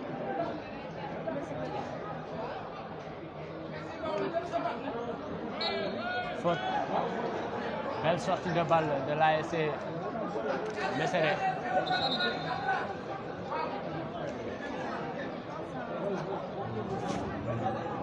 Je pense que c'est le numéro 11 qui va céder sa place.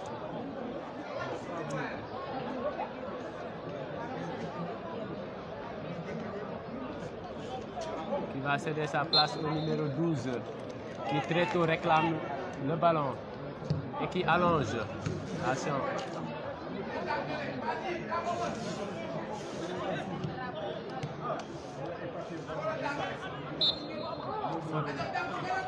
Je pars très vite. Avec le numéro 14. Faute. Non, l'arbitre estime qu'il n'y avait rien. Attention. Avec le buteur, le numéro 5. Oh là là. Match bi du yomb jamono ji. C'est l'ASC Sant Yalla qui repart depuis la défense. Avec le gardien qui joue devant avec le buteur, le premier buteur de la rencontre.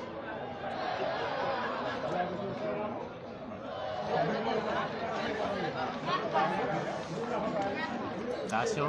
Mohamed Goloko mu mel ni fi mu toll nii ASC sant yàlla dafay jouer avec le temps jéem a teg bal bi produire un jeu pour gagner plus de temps au même moment ñi nga xamante ni ñoom ñoo di rek ASC Mesere ñoom jamono jooju ñu ngi tàmb wëyal di xool ba tey rek fi nga xamante ni fa la rek faay nekk ba ñu mën fa jaar pour mën a rek d'abord marquer un premier but puis chercher un autre chemin pour marquer un second but un deuxième but xool daal jamono ji looloo tax match bi fi mu toll mën nañ ni sax si daanaka ab round d'observation lañ toll wala sax ab jeu contre jeu ba nga xamante ni dafay rek jax match bi xaw a wàññi intensité jamono ji nga xamante ni c'est la ASC Mesere di pousser pour marquer des buts jamono jooju ASC sant yàlla moom saa yoree bal bi rek da ngay gis ne du yàkkamti dara pour avancer ñu ngi ko doon law bee si nii la ñuy continuer di jouer Mohamed kii bu xaar rek soit un but marqué par ASC Mesere wala rek des buts rajoutés par en tout cas ASC sant yàlla qui est une équipe très efficace. Effectivement, noonu lay demee. Attention à ne pas jouer avec le faute. Faute lay doon pour ñi nga xamante ni ñoo di ASC Mesere. ñi nga xam ne dañuy repartir. dañuy jouer ak numéro 12 day dem. Effectivement. dafay dem il a confondu vitesse et précipitation. waaye ba tey ñu ngi teg pressing ci kaw arbitre estime il y a faute du numéro 7 sur le numéro 15, le premier buteur de la rencontre. Effectivement. Avec ce joli coup franc bien tiré.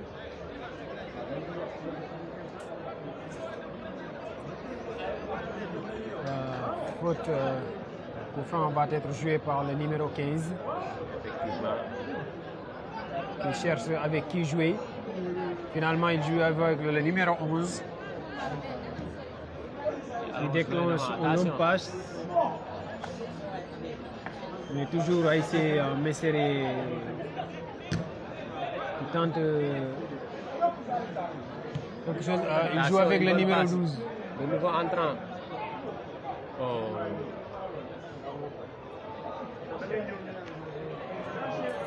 mu mel ni le numéro 12 de l'ASC Mesere dañ ko dugal rek ngir apporter plus de vitesse parce que boobu ba tey dama xoolee dañuy jouer ak moom day accélérer jeu bi ñuy jouer ak moom ak vitesse am. Mal négocié. Attention, Santiala qui repart avec son le numéro 5. Le numéro 5. Le numéro... Oh, bon retour. Un bon retour. Oh, bon retour. L'arbitre estime que cette touche est en faveur de l'ASC Mesere. Effectivement. ASC Mesere qui tente toujours d'aller d'avant avec le numéro 8 qui va jouer la touche. Il y a un joueur à terre. C'est le défenseur central de l'ASC Santiala. Mais est-ce que du affaire de navétane Mohamed Goloko? noonu lay demee parce que amul fi contact boo xamante ni war na mën a tax mu tëdd. Sauf que rek pelouse bi posé ko ay problème ba mu am ay jeunes musculaires. Exactement. ñu xaar rek pour xam fan lay mujjee ak li nga xamante ni moo di daanu boobu mu daanu jamono ji nag waa Croix-Rouge ñu ngi koy waaj rek yóbbu moom mi nga xamante ni c'est le numéro 11 de l'ASC Sant Yàlla. yooyu yëpp dafay am ñu xool espérons que mu bañ a grave lool mais yaakaar naa ni il me semble sérieux li nga xamante ni moom moo di rek blessure am bi mais nawetaan moom doo comprendre di nga xool nit ba yërëm ko fekk yow il joue avec le temps jamono jooju ASC Mesere moom mi ngi s'apprêter rek à jouer la touche. Exactement. Un autre changement du côté de Sant Yàlla, c'est le numéro 4 qui doit effectuer son entrée en jeu. mel ne arbitre bi dafay wax changement de ballon il me semble que balle bi dafa manqué air. Effectivement.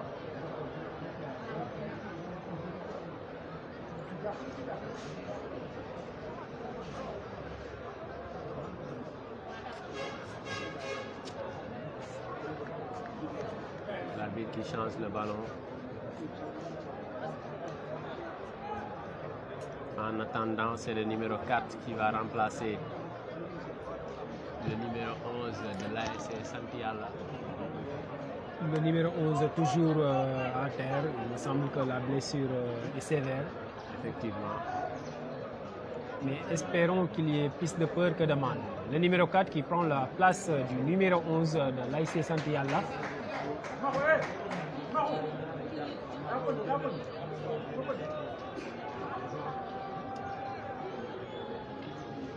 Un joueur qui a pris du temps pour enfiler son entrée. Effectivement. ñuy dem ak le Alors que numéro son équipe 14. joue à une infériorité numérique. Bien joué. Les joueurs ont décidé en tout cas, que ce soit l'ASC Mesere ou l'ASC Sant Yàlla, en tout cas ils ont décidé. Si l'ASC Sant Yàlla ñoom bëgg rek score bi évoluer si lii si 2-0 yi ASC Mesere jamono jooju mi ngi ni xool rek nan lay réduire score bi. Effectivement. Mais en tout cas ASC Sant Yàlla ni ma leen gisee nii seen taxawaay dañu ne rek ñoom bu ñu dolliwul du ñu encaisser. Effectivement, option boobu la ñu jël, mais il faut aussi qu'il y ait du mouvement sur le banc de touche de l'ASC Mesere pour essayer d'apporter un peu plus de fraîcheur pour espérer vraiment marquer ce premier but et très rapidement marquer le second but. bàyyeeguñ il faut qu'il y ait une très bonne communication bàyyeeguñ ba tey ASC Mesere dañuy seet nan lañ koy lijjantee ak le numéro 12 qui joue avec le numéro 8 qui est un très bon joueur. Attention vers le joue numéro avec 7. le 7 malheureusement on passe manqué. Effectivement, le gardien Dans ce temps-là le gardien joue avec le temps sinon il avec le nouveau entrant. un très bon gabarit hein, Effectivement. le numéro 4. C'est du Boateng. Attention au débordement. Avec le numéro 12 Oumar Ndiaye avec qui j'ai joué hein.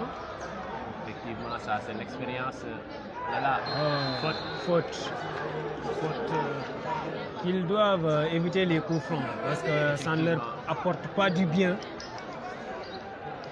ça, il faut éviter de faire les fautes inutiles. Et c'est un très bon coup franc, un coup franc Bien bien placé. placé. Surtout avec cette gabarit de l'ASC Santiala. Il faut faire très attention. Je pensais que le numéro 4 va... Avec un pied droit, ce serait un très bon coup franc. Mais c'est le numéro 7 qui va s'arranger pour jouer le coup franc. Et c'est un gaucher. Mais un très bon gaucher aussi. Exactement. Très bon dans les balles au pied. Peut-être un bon centre dans la surface. Attention, c'est parti. Bien La joué. tête peut-être. Oh là là, c'est renvoyé par la défense. Le numéro 2 qui remet dans le paquet. Non, qui joue avec son numéro 4. Ils sont sereins. Très bien serré. Le Garnier qui joue. Attention.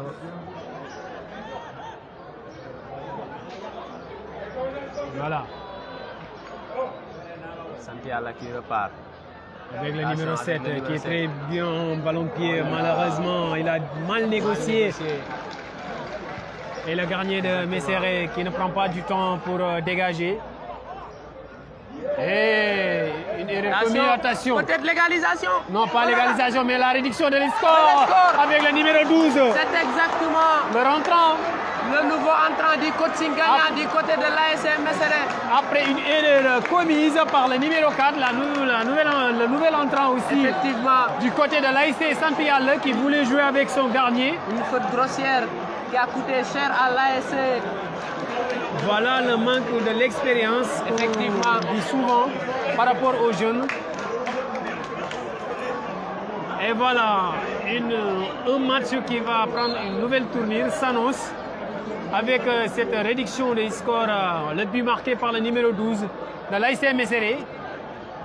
Attention, il y a de la panique au niveau de l'équipe de l'ASC Santiala avec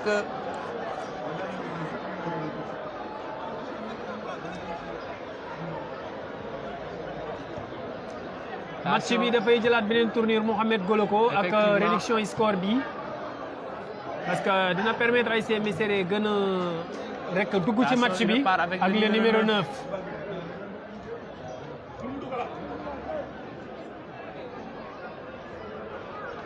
bu ñu bàyyi Messeré bu qui ñu bàyyi ak commence le à numéro vraiment... 17.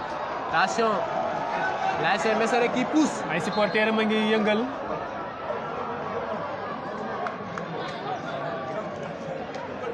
Mohamed, je crois que tout à l'heure maa ngi la doon naan ASC Messeré dañu bëgg rek yëkkati vitesse bi ak seen numéro 12 bi c'est ce qui s'est passé. da ngay xool à chaque fois bu ñuy jouer ci moom rek da ngay gis que ni dañ koy lancer pour mu rek jouer ak vitesse am. erreur boobu nag yaakaar naa ni kii di numéro 4 bi deful lecture de jeu Il est boobu. très confiant, il joue la remise en jeu. Oh là là. Corner, mais l'arbitre estime qu'il y a pas, que la balle n'est pas sortie. Effectivement. Bon dégagement. Très costaud. Ils reprennent confiance à l'ASC Messeré. Exactement. Avec un bon numéro 12. Day bàyyi mi ngi jéem a rattraper erreur am le numéro 4 avec son bon gabarit. Effectivement. Nicolas Zoul. Et ça lui apprend. C'est pourquoi on doit faire jouer les jeunes souvent. Pour qu'il gagne en expérience. Faute.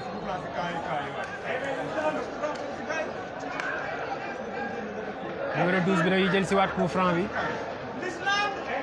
Il est bon en ballon-pied, il est bon aussi en... Il a un très bon tir, quoi. Le numéro 12.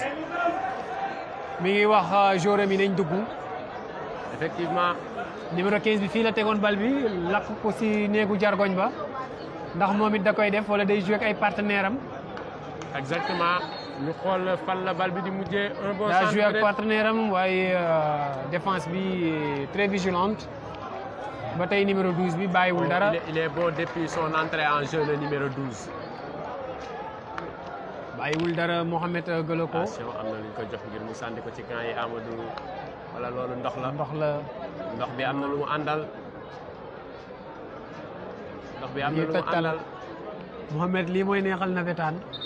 Effectivement. da ngay gis bu ne si lu ne. Attention. jamono jooju ku ki nga xamante ni moom moo di gardien de but bi mi ngi ne dafa am ay gêne au niveau de son hanche. Et l'ASC Sant Yalla qui va effectuer un deuxième changement. C'est le numéro 3. Ça, c'est un joueur expérimenté. Un joueur qui a fait ses beaux jours à l'ASC Sant Yalla. Un joueur expérimenté du nom de Bala. tëdd bi nag gardien de but Sant Yalla bi tëdd dina permettre coach am rek mu waxaat ak joueurs yi ñu defaat seen replacement ak seen i positionnement gën a veiller aussi peut-être si numéro 12 bi du ñàkk ñu joxe ay consignes si moom. Effectivement, marquage clé à la Mourinho. C'est le numéro 7 qui cède sa place à un ancien meilleur joueur. Le numéro 7, un très bon joueur. Effectivement. Un très bon joueur, un ballon-pied, mais aussi qui a une très bonne lecture de jeu. Exactement, un bon joueur qui cède sa place à un très bon joueur qui va hériter du brassard de capitaine. Avec son expérience, bien sûr. Effectivement. Avec la voix, toute l'équipe va l'écouter. Exactement. Et ces consignes pourraient être bénéfiques à l'équipe. À l'équipe, exactement. Avec son numéro 3, Ala Asamoah Gyan. En tout cas, il me semble qu'il est rentré pour remettre de l'ordre dans l'équipe. Effectivement. Espérons qu'il accomplisse sa mission. Pour l'ASC Sant Yalla. Par contre, l'ASC Mesere moom day jamono ji nañ ko rek fexe indil ay contre-clé ya nga xamante ni dafay réer si match bi ba gën a jànn xel équipe am. Exactement, c'est le numéro 10 aussi de waaye l'ASC. duruwul ku def loolu avec une bonne déviation. Un changement se prépare du côté de l'ASC Mesere avec le numéro 10. Le numéro 10 de l'ASC Mesere. Effectivement, un cadet montant qui a aussi été meilleur joueur en catégorie de cadet. Qui va entrer peut-être à la place. La sortie du numéro. C'est le numéro 9, je suppose. C'est le numéro 9, effectivement.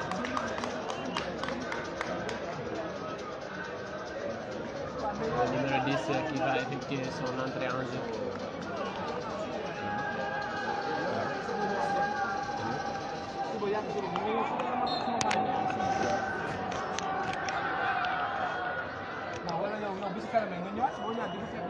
Attention, l'ASC Mesere qui repart.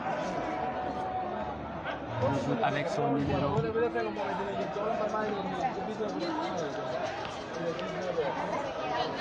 Attention, il repart le numéro 7. Le numéro 7 qui avait pose- un frappe, oh là là là. malheureusement. Mal joué, très mal joué même. Une frappe qui a été mal négociée. Par Et le le- ballon qui s'envole. Attention. Avec le dégagement du gardien de but, qui joue avec son numéro 12, latéral gauche. Oumar Ndiaye, Le qui nouveau joue entrant. avec le nouvel On entrant. passe. Le nouvel entrant va. Voilà, pourquoi pas la première intention, monsieur. La tête, Eh, attention. C'est récupéré par le gardien qui dégage Sans loin devant. difficulté. 2 buts à 1. 2 buts à 1. ASC Sant Yalla 2 et ASC Mesere 1 but. Qui cherche l'égalisation Exactement. avec le numéro 12. Bon numéro 12. Qui fait jouer tout le monde. Effectivement, faute. Faute pour l'ASC Mesere. Qui de plus en plus entre dans le match. L'ASC Mesere avec son numéro 12.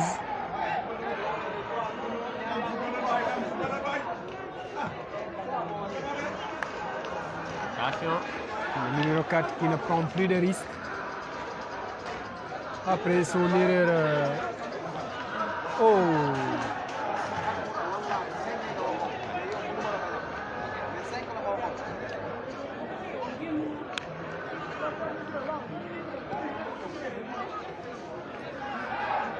Hors-jeu amul. L'arbitre estime qu'il y a Jeu rien. amul. Un bon centre peut-être. La tête, oh là là. Coup franc. Coup Ah franc. oui.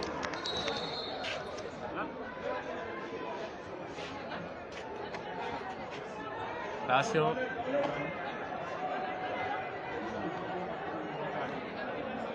Attention, ça semble Très grave. très grave. Ça semble très grave, C'est sévère, trop sévère même. effectivement. Mais heureusement que la Croix-Rouge est là. Effectivement. Et en ce qui concerne les premiers secours, ils sont doués en ça. Et espérons qu'il y ait plus de peur que de mal. Exactement. Et heureusement aussi, son gardien de but a été vigilant. Effectivement. dafa dem lu mu gaaw rek ci li nga xamante ni moom moo di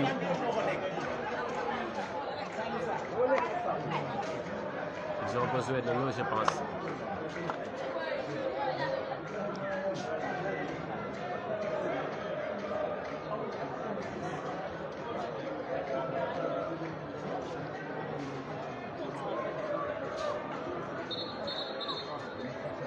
il faut que brancard bi dem ñu génne ko. Ça semble très sérieux, Amadou. Bien sûr. Il y a des chocs très graves, très agressifs. Effectivement. Mais voilà. On signale un changement. Le joueur ne pourra plus continuer le match. Un changement du côté de l'ASC Santiala. On va voir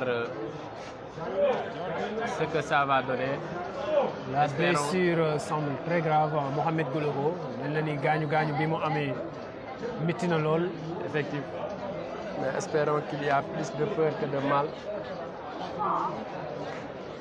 Prions pour ce joueur. On n'a pas besoin de ça. Effectivement.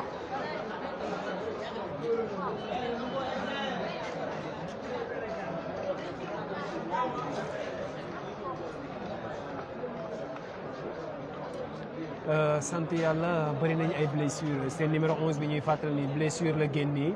Exactement. Jamono ji aussi le père de l'axe central aussi moom moo blessé nii si je ne me trompe pas. Exactement. Donc dans l'axe il leur reste un seul joueur qui est inexpérimenté. Si on le juge par rapport à l'erreur qu'il a commise. Ah oui. Dès son entrée en jeu. Je pense que c'est le latéral gauche. C'est le latéral gauche. C'est le latéral gauche Omar Ndiaye, le numéro 12.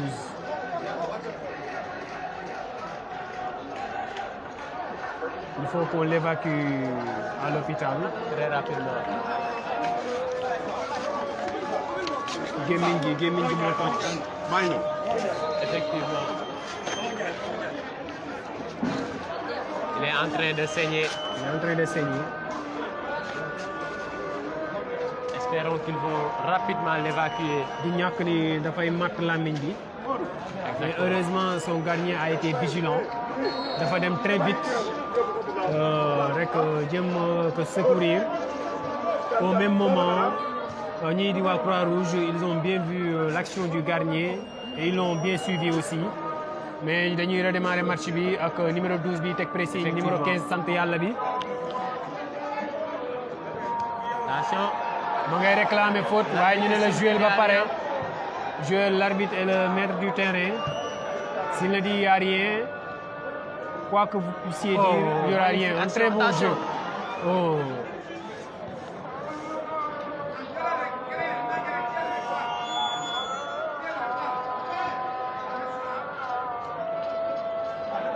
Je crois que l'ASC sant yàlla fi mu toll dañoo bëgg reprendre le jeu rien que pour leur joueur blessé.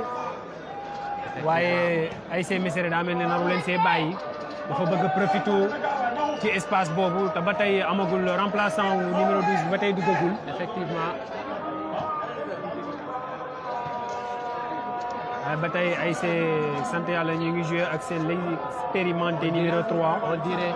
bàyyi wuñ ko fenn yoon ak numéro 12 bi day dem. Attention. day dem du la may dara waaye numéro 15 surface. mi ngi koy suivre. Oh malheureusement. Il a beaucoup couru. Il a beaucoup couru. Il a fait En tout beaucoup d'efforts. cas, il est le clé, hein. Effectivement. La clé du match, c'est le numéro 12 pour ASC Mesere. Par contre, le numéro 3 de l'ASC Mesere commet une erreur qui peut être grave avec le numéro 3 de l'ASC Santial qui décale pour la... Oh là là, ça s'envole.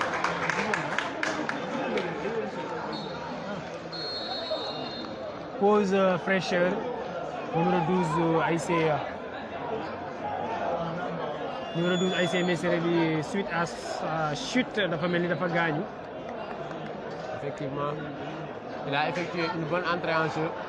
bëggoon nañoo xam nag li nga xamante ni moom moo di rek joueur sant yàlla bi blessé fi mu mujjee mu mel ni capitaine wala sax l'axe central la moom lay dem di xooli noonu gunge woon na ko ba ci porte bi mais match baa ngi daw mënu kaa continuer. Effectivement. jamono ji ñu am fraîcheur pause fraîcheur mu ngi dem di xooli joueur am poulain am waaye jamono ji Mohamed Goloko numéro 12 ASC Mesere bi mi ngi ci suuf mel ni chute bi mu am sànq dafa am défaussé rek ci poignet bi. Effectivement. Ça semble très sérieuse pour le numéro 12 de l'ASC Mesere.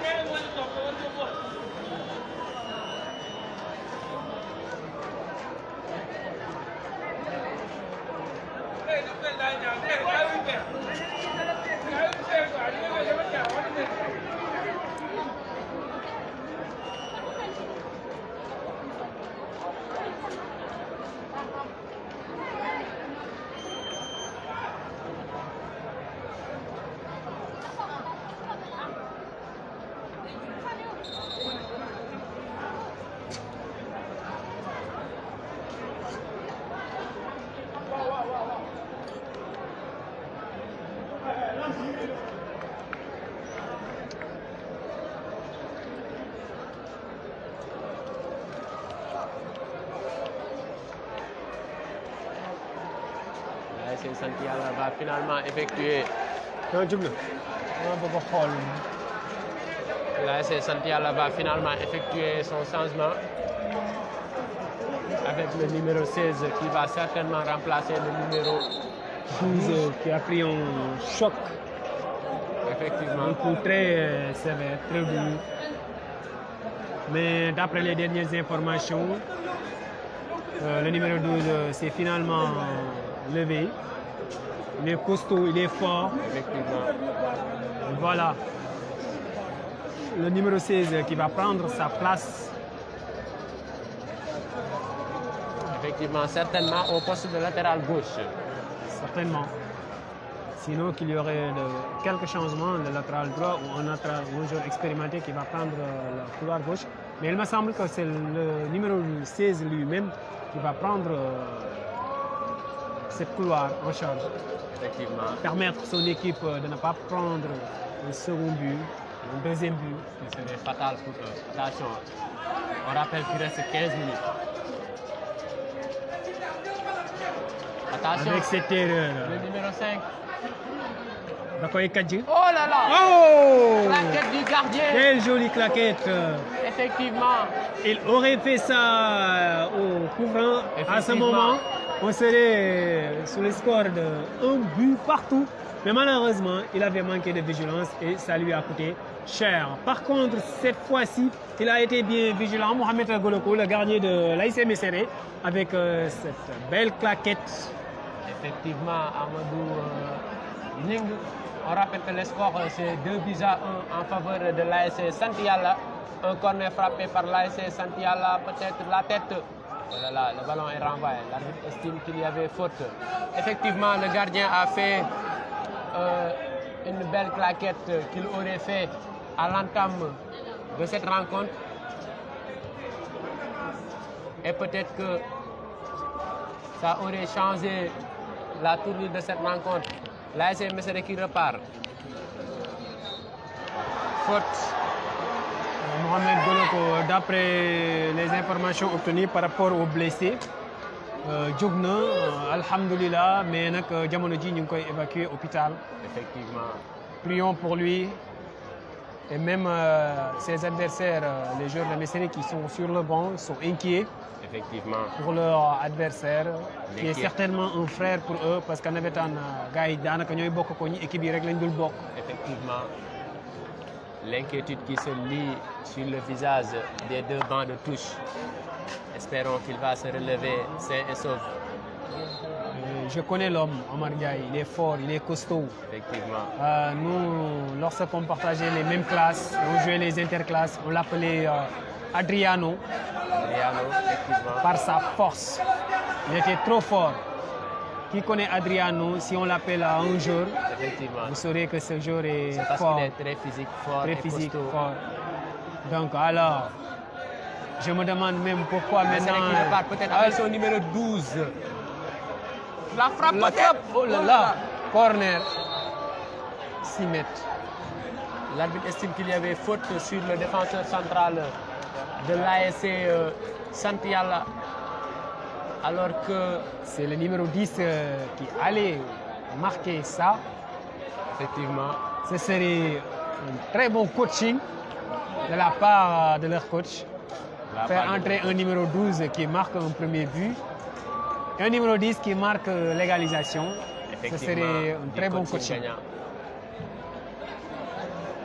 Mais jusque-là, malheureusement pour lui, le numéro 17 qui est un très bon joueur lui aussi. Le numéro 17 de Effectivement. Mai- Attention, le numéro avec le 12 numéro qui 12 s'empare. qui repart encore, mais bien surveillé par le numéro 15. Qui ne lui laisse plus d'espace. C'est ce que disaient les anciens supporters. Jàpp ko serré ko bul ko may mu noy, ça se dit marquage à la culotte. Amadou Ning. noonu lay demee Mohamed Goloko. Voilà. Il faut aussi que les joueurs de l'ASC Mesere cessent de commettre des fautes inutiles. Ça pourrait rapidement gaspiller le temps. Surtout ça, surtout ça. En navétane, on dirait qu'il n'y a pas de temps additionnel. Effectivement, il n'y a pas de temps additionnel. Je me demande pourquoi ce numéro 8, avec tout son talent, on lui fait jouer latéral droit. Effectivement, il est très technique. Malheureusement, ASC Mesere veut sortir par la grande porte. Même s'ils ne peuvent pas gagner, ils veulent avoir un match nul. effectivement, Même s'ils vont dire adieu aux compétitions, pour honorer leur participation. honore leur participation avec 2 matchs nuls Attention, peut-être. attention. Mais il me semble que... Attention, Oh, peut-être très bien le joué. numéro 3, la frappe. Oh là là, une frappe dévissée. On dirait qu'il manque d'entraînement, sinon Effectivement. c'est la vieillesse qui fait ses marques, qui montre ses... Exactement. À 7 ans, il ne manquerait pas ça, j'espère. Jamais. À 7 ans, kenn waxatu ko. Mais le football aussi, c'est la jeunesse. La jeunesse, les sports En général, effectivement, c'est la jeunesse. On Le rappelle numéro que, 2 de l'ASC Mesere qui s'apprête à entrer, effectivement, qui va prendre la place du numéro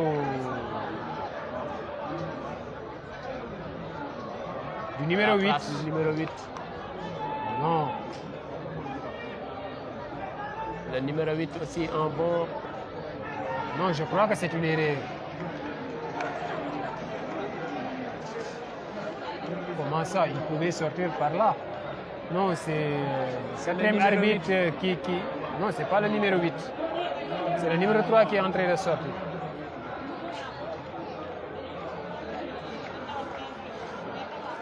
Là, C'est voilà, le le numéro 8 est sorti. Effectivement. Je crois qu'il pourrait... Si j'étais le coach, je ne le ferais pas sortir en tout cas. Effectivement, c'est un bon joueur. C'est un bon joueur. On rappelle que le match oppose l'ASC Santiala et l'ASC Mesere. Et que c'est toujours 2-1 en faveur de l'ASC Santiala. Attention au numéro Attention 12 avec le numéro 12. qui fait un bon match depuis son entrée en Bien jeu. surveillé par le numéro 15. En tout cas, il ne lui laisse plus d'espace. Un bon duel. Un bon duel entre ces deux joueurs-là. Les deux buteurs. Les deux buteurs, effectivement. Sinon, les deux premiers buteurs de chaque équipe. De chaque équipe, effectivement. Un numéro 15 et un numéro 12. De bons joueurs, De très bons joueurs, tous les deux. effectivement. Je pense que l'entraîneur du Messeré aura du regret pour ne pas avoir titularisé son numéro 12. Mais voilà les jeux. Peut-être, il ne sait pas que sur les 2 premières journées, dans les 2 premières journées, il n'a pas été brillant dans ces jours où il n'a pas été brillant. Raison pour laquelle on l'a fait rentrer. Mais il y a des joueurs aussi comme ça, Mohamed Goloko. Il y a des joueurs qui ont joueurs de deuxième mi-temps. Exactement. Il y a des joueurs qui ont joué deuxième mi-temps. Ça me rappelle Xavier Hernandez, Chicharito, le super sub. Même dans ce... Oh, faute. Et tu vas écoper d'un carton. Chicharito, même son passage au Real Madrid, Effectivement. il s'est montré un très bon joueur. C'était le cas aussi de Jesse. C'est exactement. Les 2 premières années de Asensio et Lucas Vázquez. Exactement. Mais aussi il y a Juli de Barcelone qui était comme ça aussi. Il faisait attention, la frappe. Il se dégage. Il est dégagé. Ndax da koy nax du ko nax du ko fa ba. Le défenseur qui s'impose. Waaw. Day dem ba du numéro 12 ba déedéet. Numéro 15 bi nee na ko Le dama fi 15 fekk. aussi est bien dans son match. Oui. Contre-attaque lay doon. Ils sont forts en ça. Attention. Day dem ak numéro 16 bi moo jël place numéro 12 bi sànq mi génn. Retrait bi Attention. dal na mat na. Oh là là. À côté du cadre. Du jamais vu. Occasion pour l'ASC Santiago. Cette raté pourrait leur être fatal. Effectivement. Il va le regretter s'il y a une égalisation ou s'il y a une remontada. Mounelan, de ko bàyyi. C'est un très bon joueur, le numéro 14 et le numéro 17. Voilà. loolu lan la. loolu hésité première intention la woon. Mal négocié. École football loolu lañ lay wax. Très bon match. Day dem ku koy téye. Oh là là. Match bi mu mel ni ñaari milieu yëpp lâché nañ fi mu toll bali va-et-vient la. Effectivement bal bi day dem di ñëw. Ainsi il saute le milieu de terrain. Attention à ne pas commettre cette même erreur que. xool leen ko bopp baa dal. Je pense qu'il n'y a rien mais il va essayer de. Tu vois, lu ko dal. il va essayer de gagner quelques secondes. loolu je crois que pour wàññi intensité match bi la. Effectivement. Je pense que l'ASC Messeré n'a pas démérité quand même. Ils ont fait un très bon match. Même l'ASC Rochette lors du premier match, ils ont effectué un bon jeu. Mais malheureusement, dans le jeu et dans l'efficacité, c'est toujours l'efficacité qui fait la différence. C'est l'efficacité qui gagne. mu mel ni sànq yaa ngi koy dund ci match bi ba muy commencé. nga naan est-ce que beau jeu dina gagner nawetaan donc on voit que loolu am nañ ci réponse parce que les équipes qui jouent bien souvent c'est eux qui perdent les rencontres. Attention le Voilà, numéro 12. avec le numéro 12. Qui est très bien mais le numéro 15 qui est toujours présent aussi. Attention. da koy dem Attention. day dem pont bu ndaw la.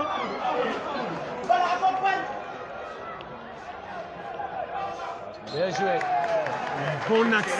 Bien joué le Il est numéro 4. autoritaire. Mohamed.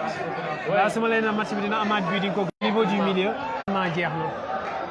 Effectivement li ci des bareetul. Et un troisième but vous ferait un plaisir. Attention au coup franc. Le numéro 16 Attention au coup franc. taxaw na bu baax waaye dafa mel ni kii di numéro c'est encore quel numéro? Le 10. Je pense que c'est toujours le numéro 15. Le numéro 15. Ah, Tu te souviens le buteur? en tout cas, il est très bon. Il a un encore très bon une très tir, belle occasion. très bonne frappe. Oh! Ça s'envole. Mohamed Goloko bu mel ni match bi supporter ya ASC Messeré yi ña ngay joggi ña ngay dem Effectivement. jàpp nañ ni perte nañ match bi noonu lay mais demee. jamono jooju seeni ay joueurs moom ñu ngi ko gëm ba tey. ñu ngi ci terrain bi bu baax a baax a baax. fas yéene rek continuer li nga xamante ni moo di seen match. Le coach demande Qu'on lance le numéro 12, bien surveillé par la défense de l'ASC Sant Yalla.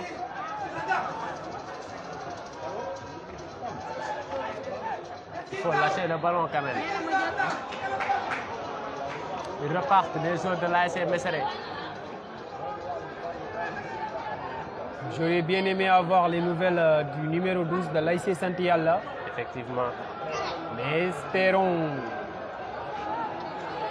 Je pense que l'information sera partagée en direct sur nos plateformes. Inch'Allah.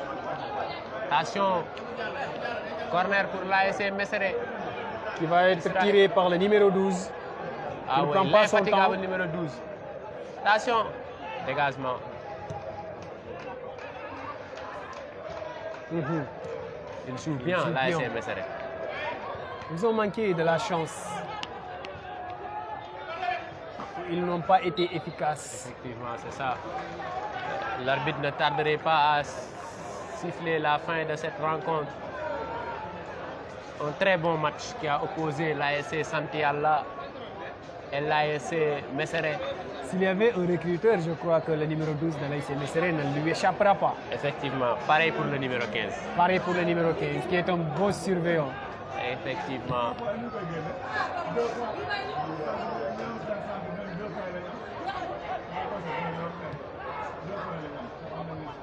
Belle couverture. Ça reste quelques petites occasions. En tout cas, sur les murs du stade, on a écrit ici c'est Pékin. En tout cas, en ce moment, c'est ASC Sant Yalla qui montre qu'ici c'est Sant Yalla. Effectivement. Cette équipe de la Ligue 1 Où ASC Mesere pourrait décrocher un Cristiano Ronaldo à ses ultimes périodes. effectivement, Un joueur comme lui. qui permettrait à Mesere de remporter cette rencontre. Ibrahimovic en sait quelque chose. Je ne pense pas à mon. Si, il en sait quelque chose, Ibrahimovic. Avec un certain Portugal-Suède. Effectivement, quand Cristiano Ronaldo mettait son hat-trick, Et lui montrer que je suis toujours là. effectivement, c'est la fin de cette rencontre. C'est la fin de cette rencontre. Le malheureux numéro 12 du l'ASC Mesere. Moi, je pense qu'on va quitter l'antenne Amadou Nying. Très bientôt. C'était un très bon match. À bientôt.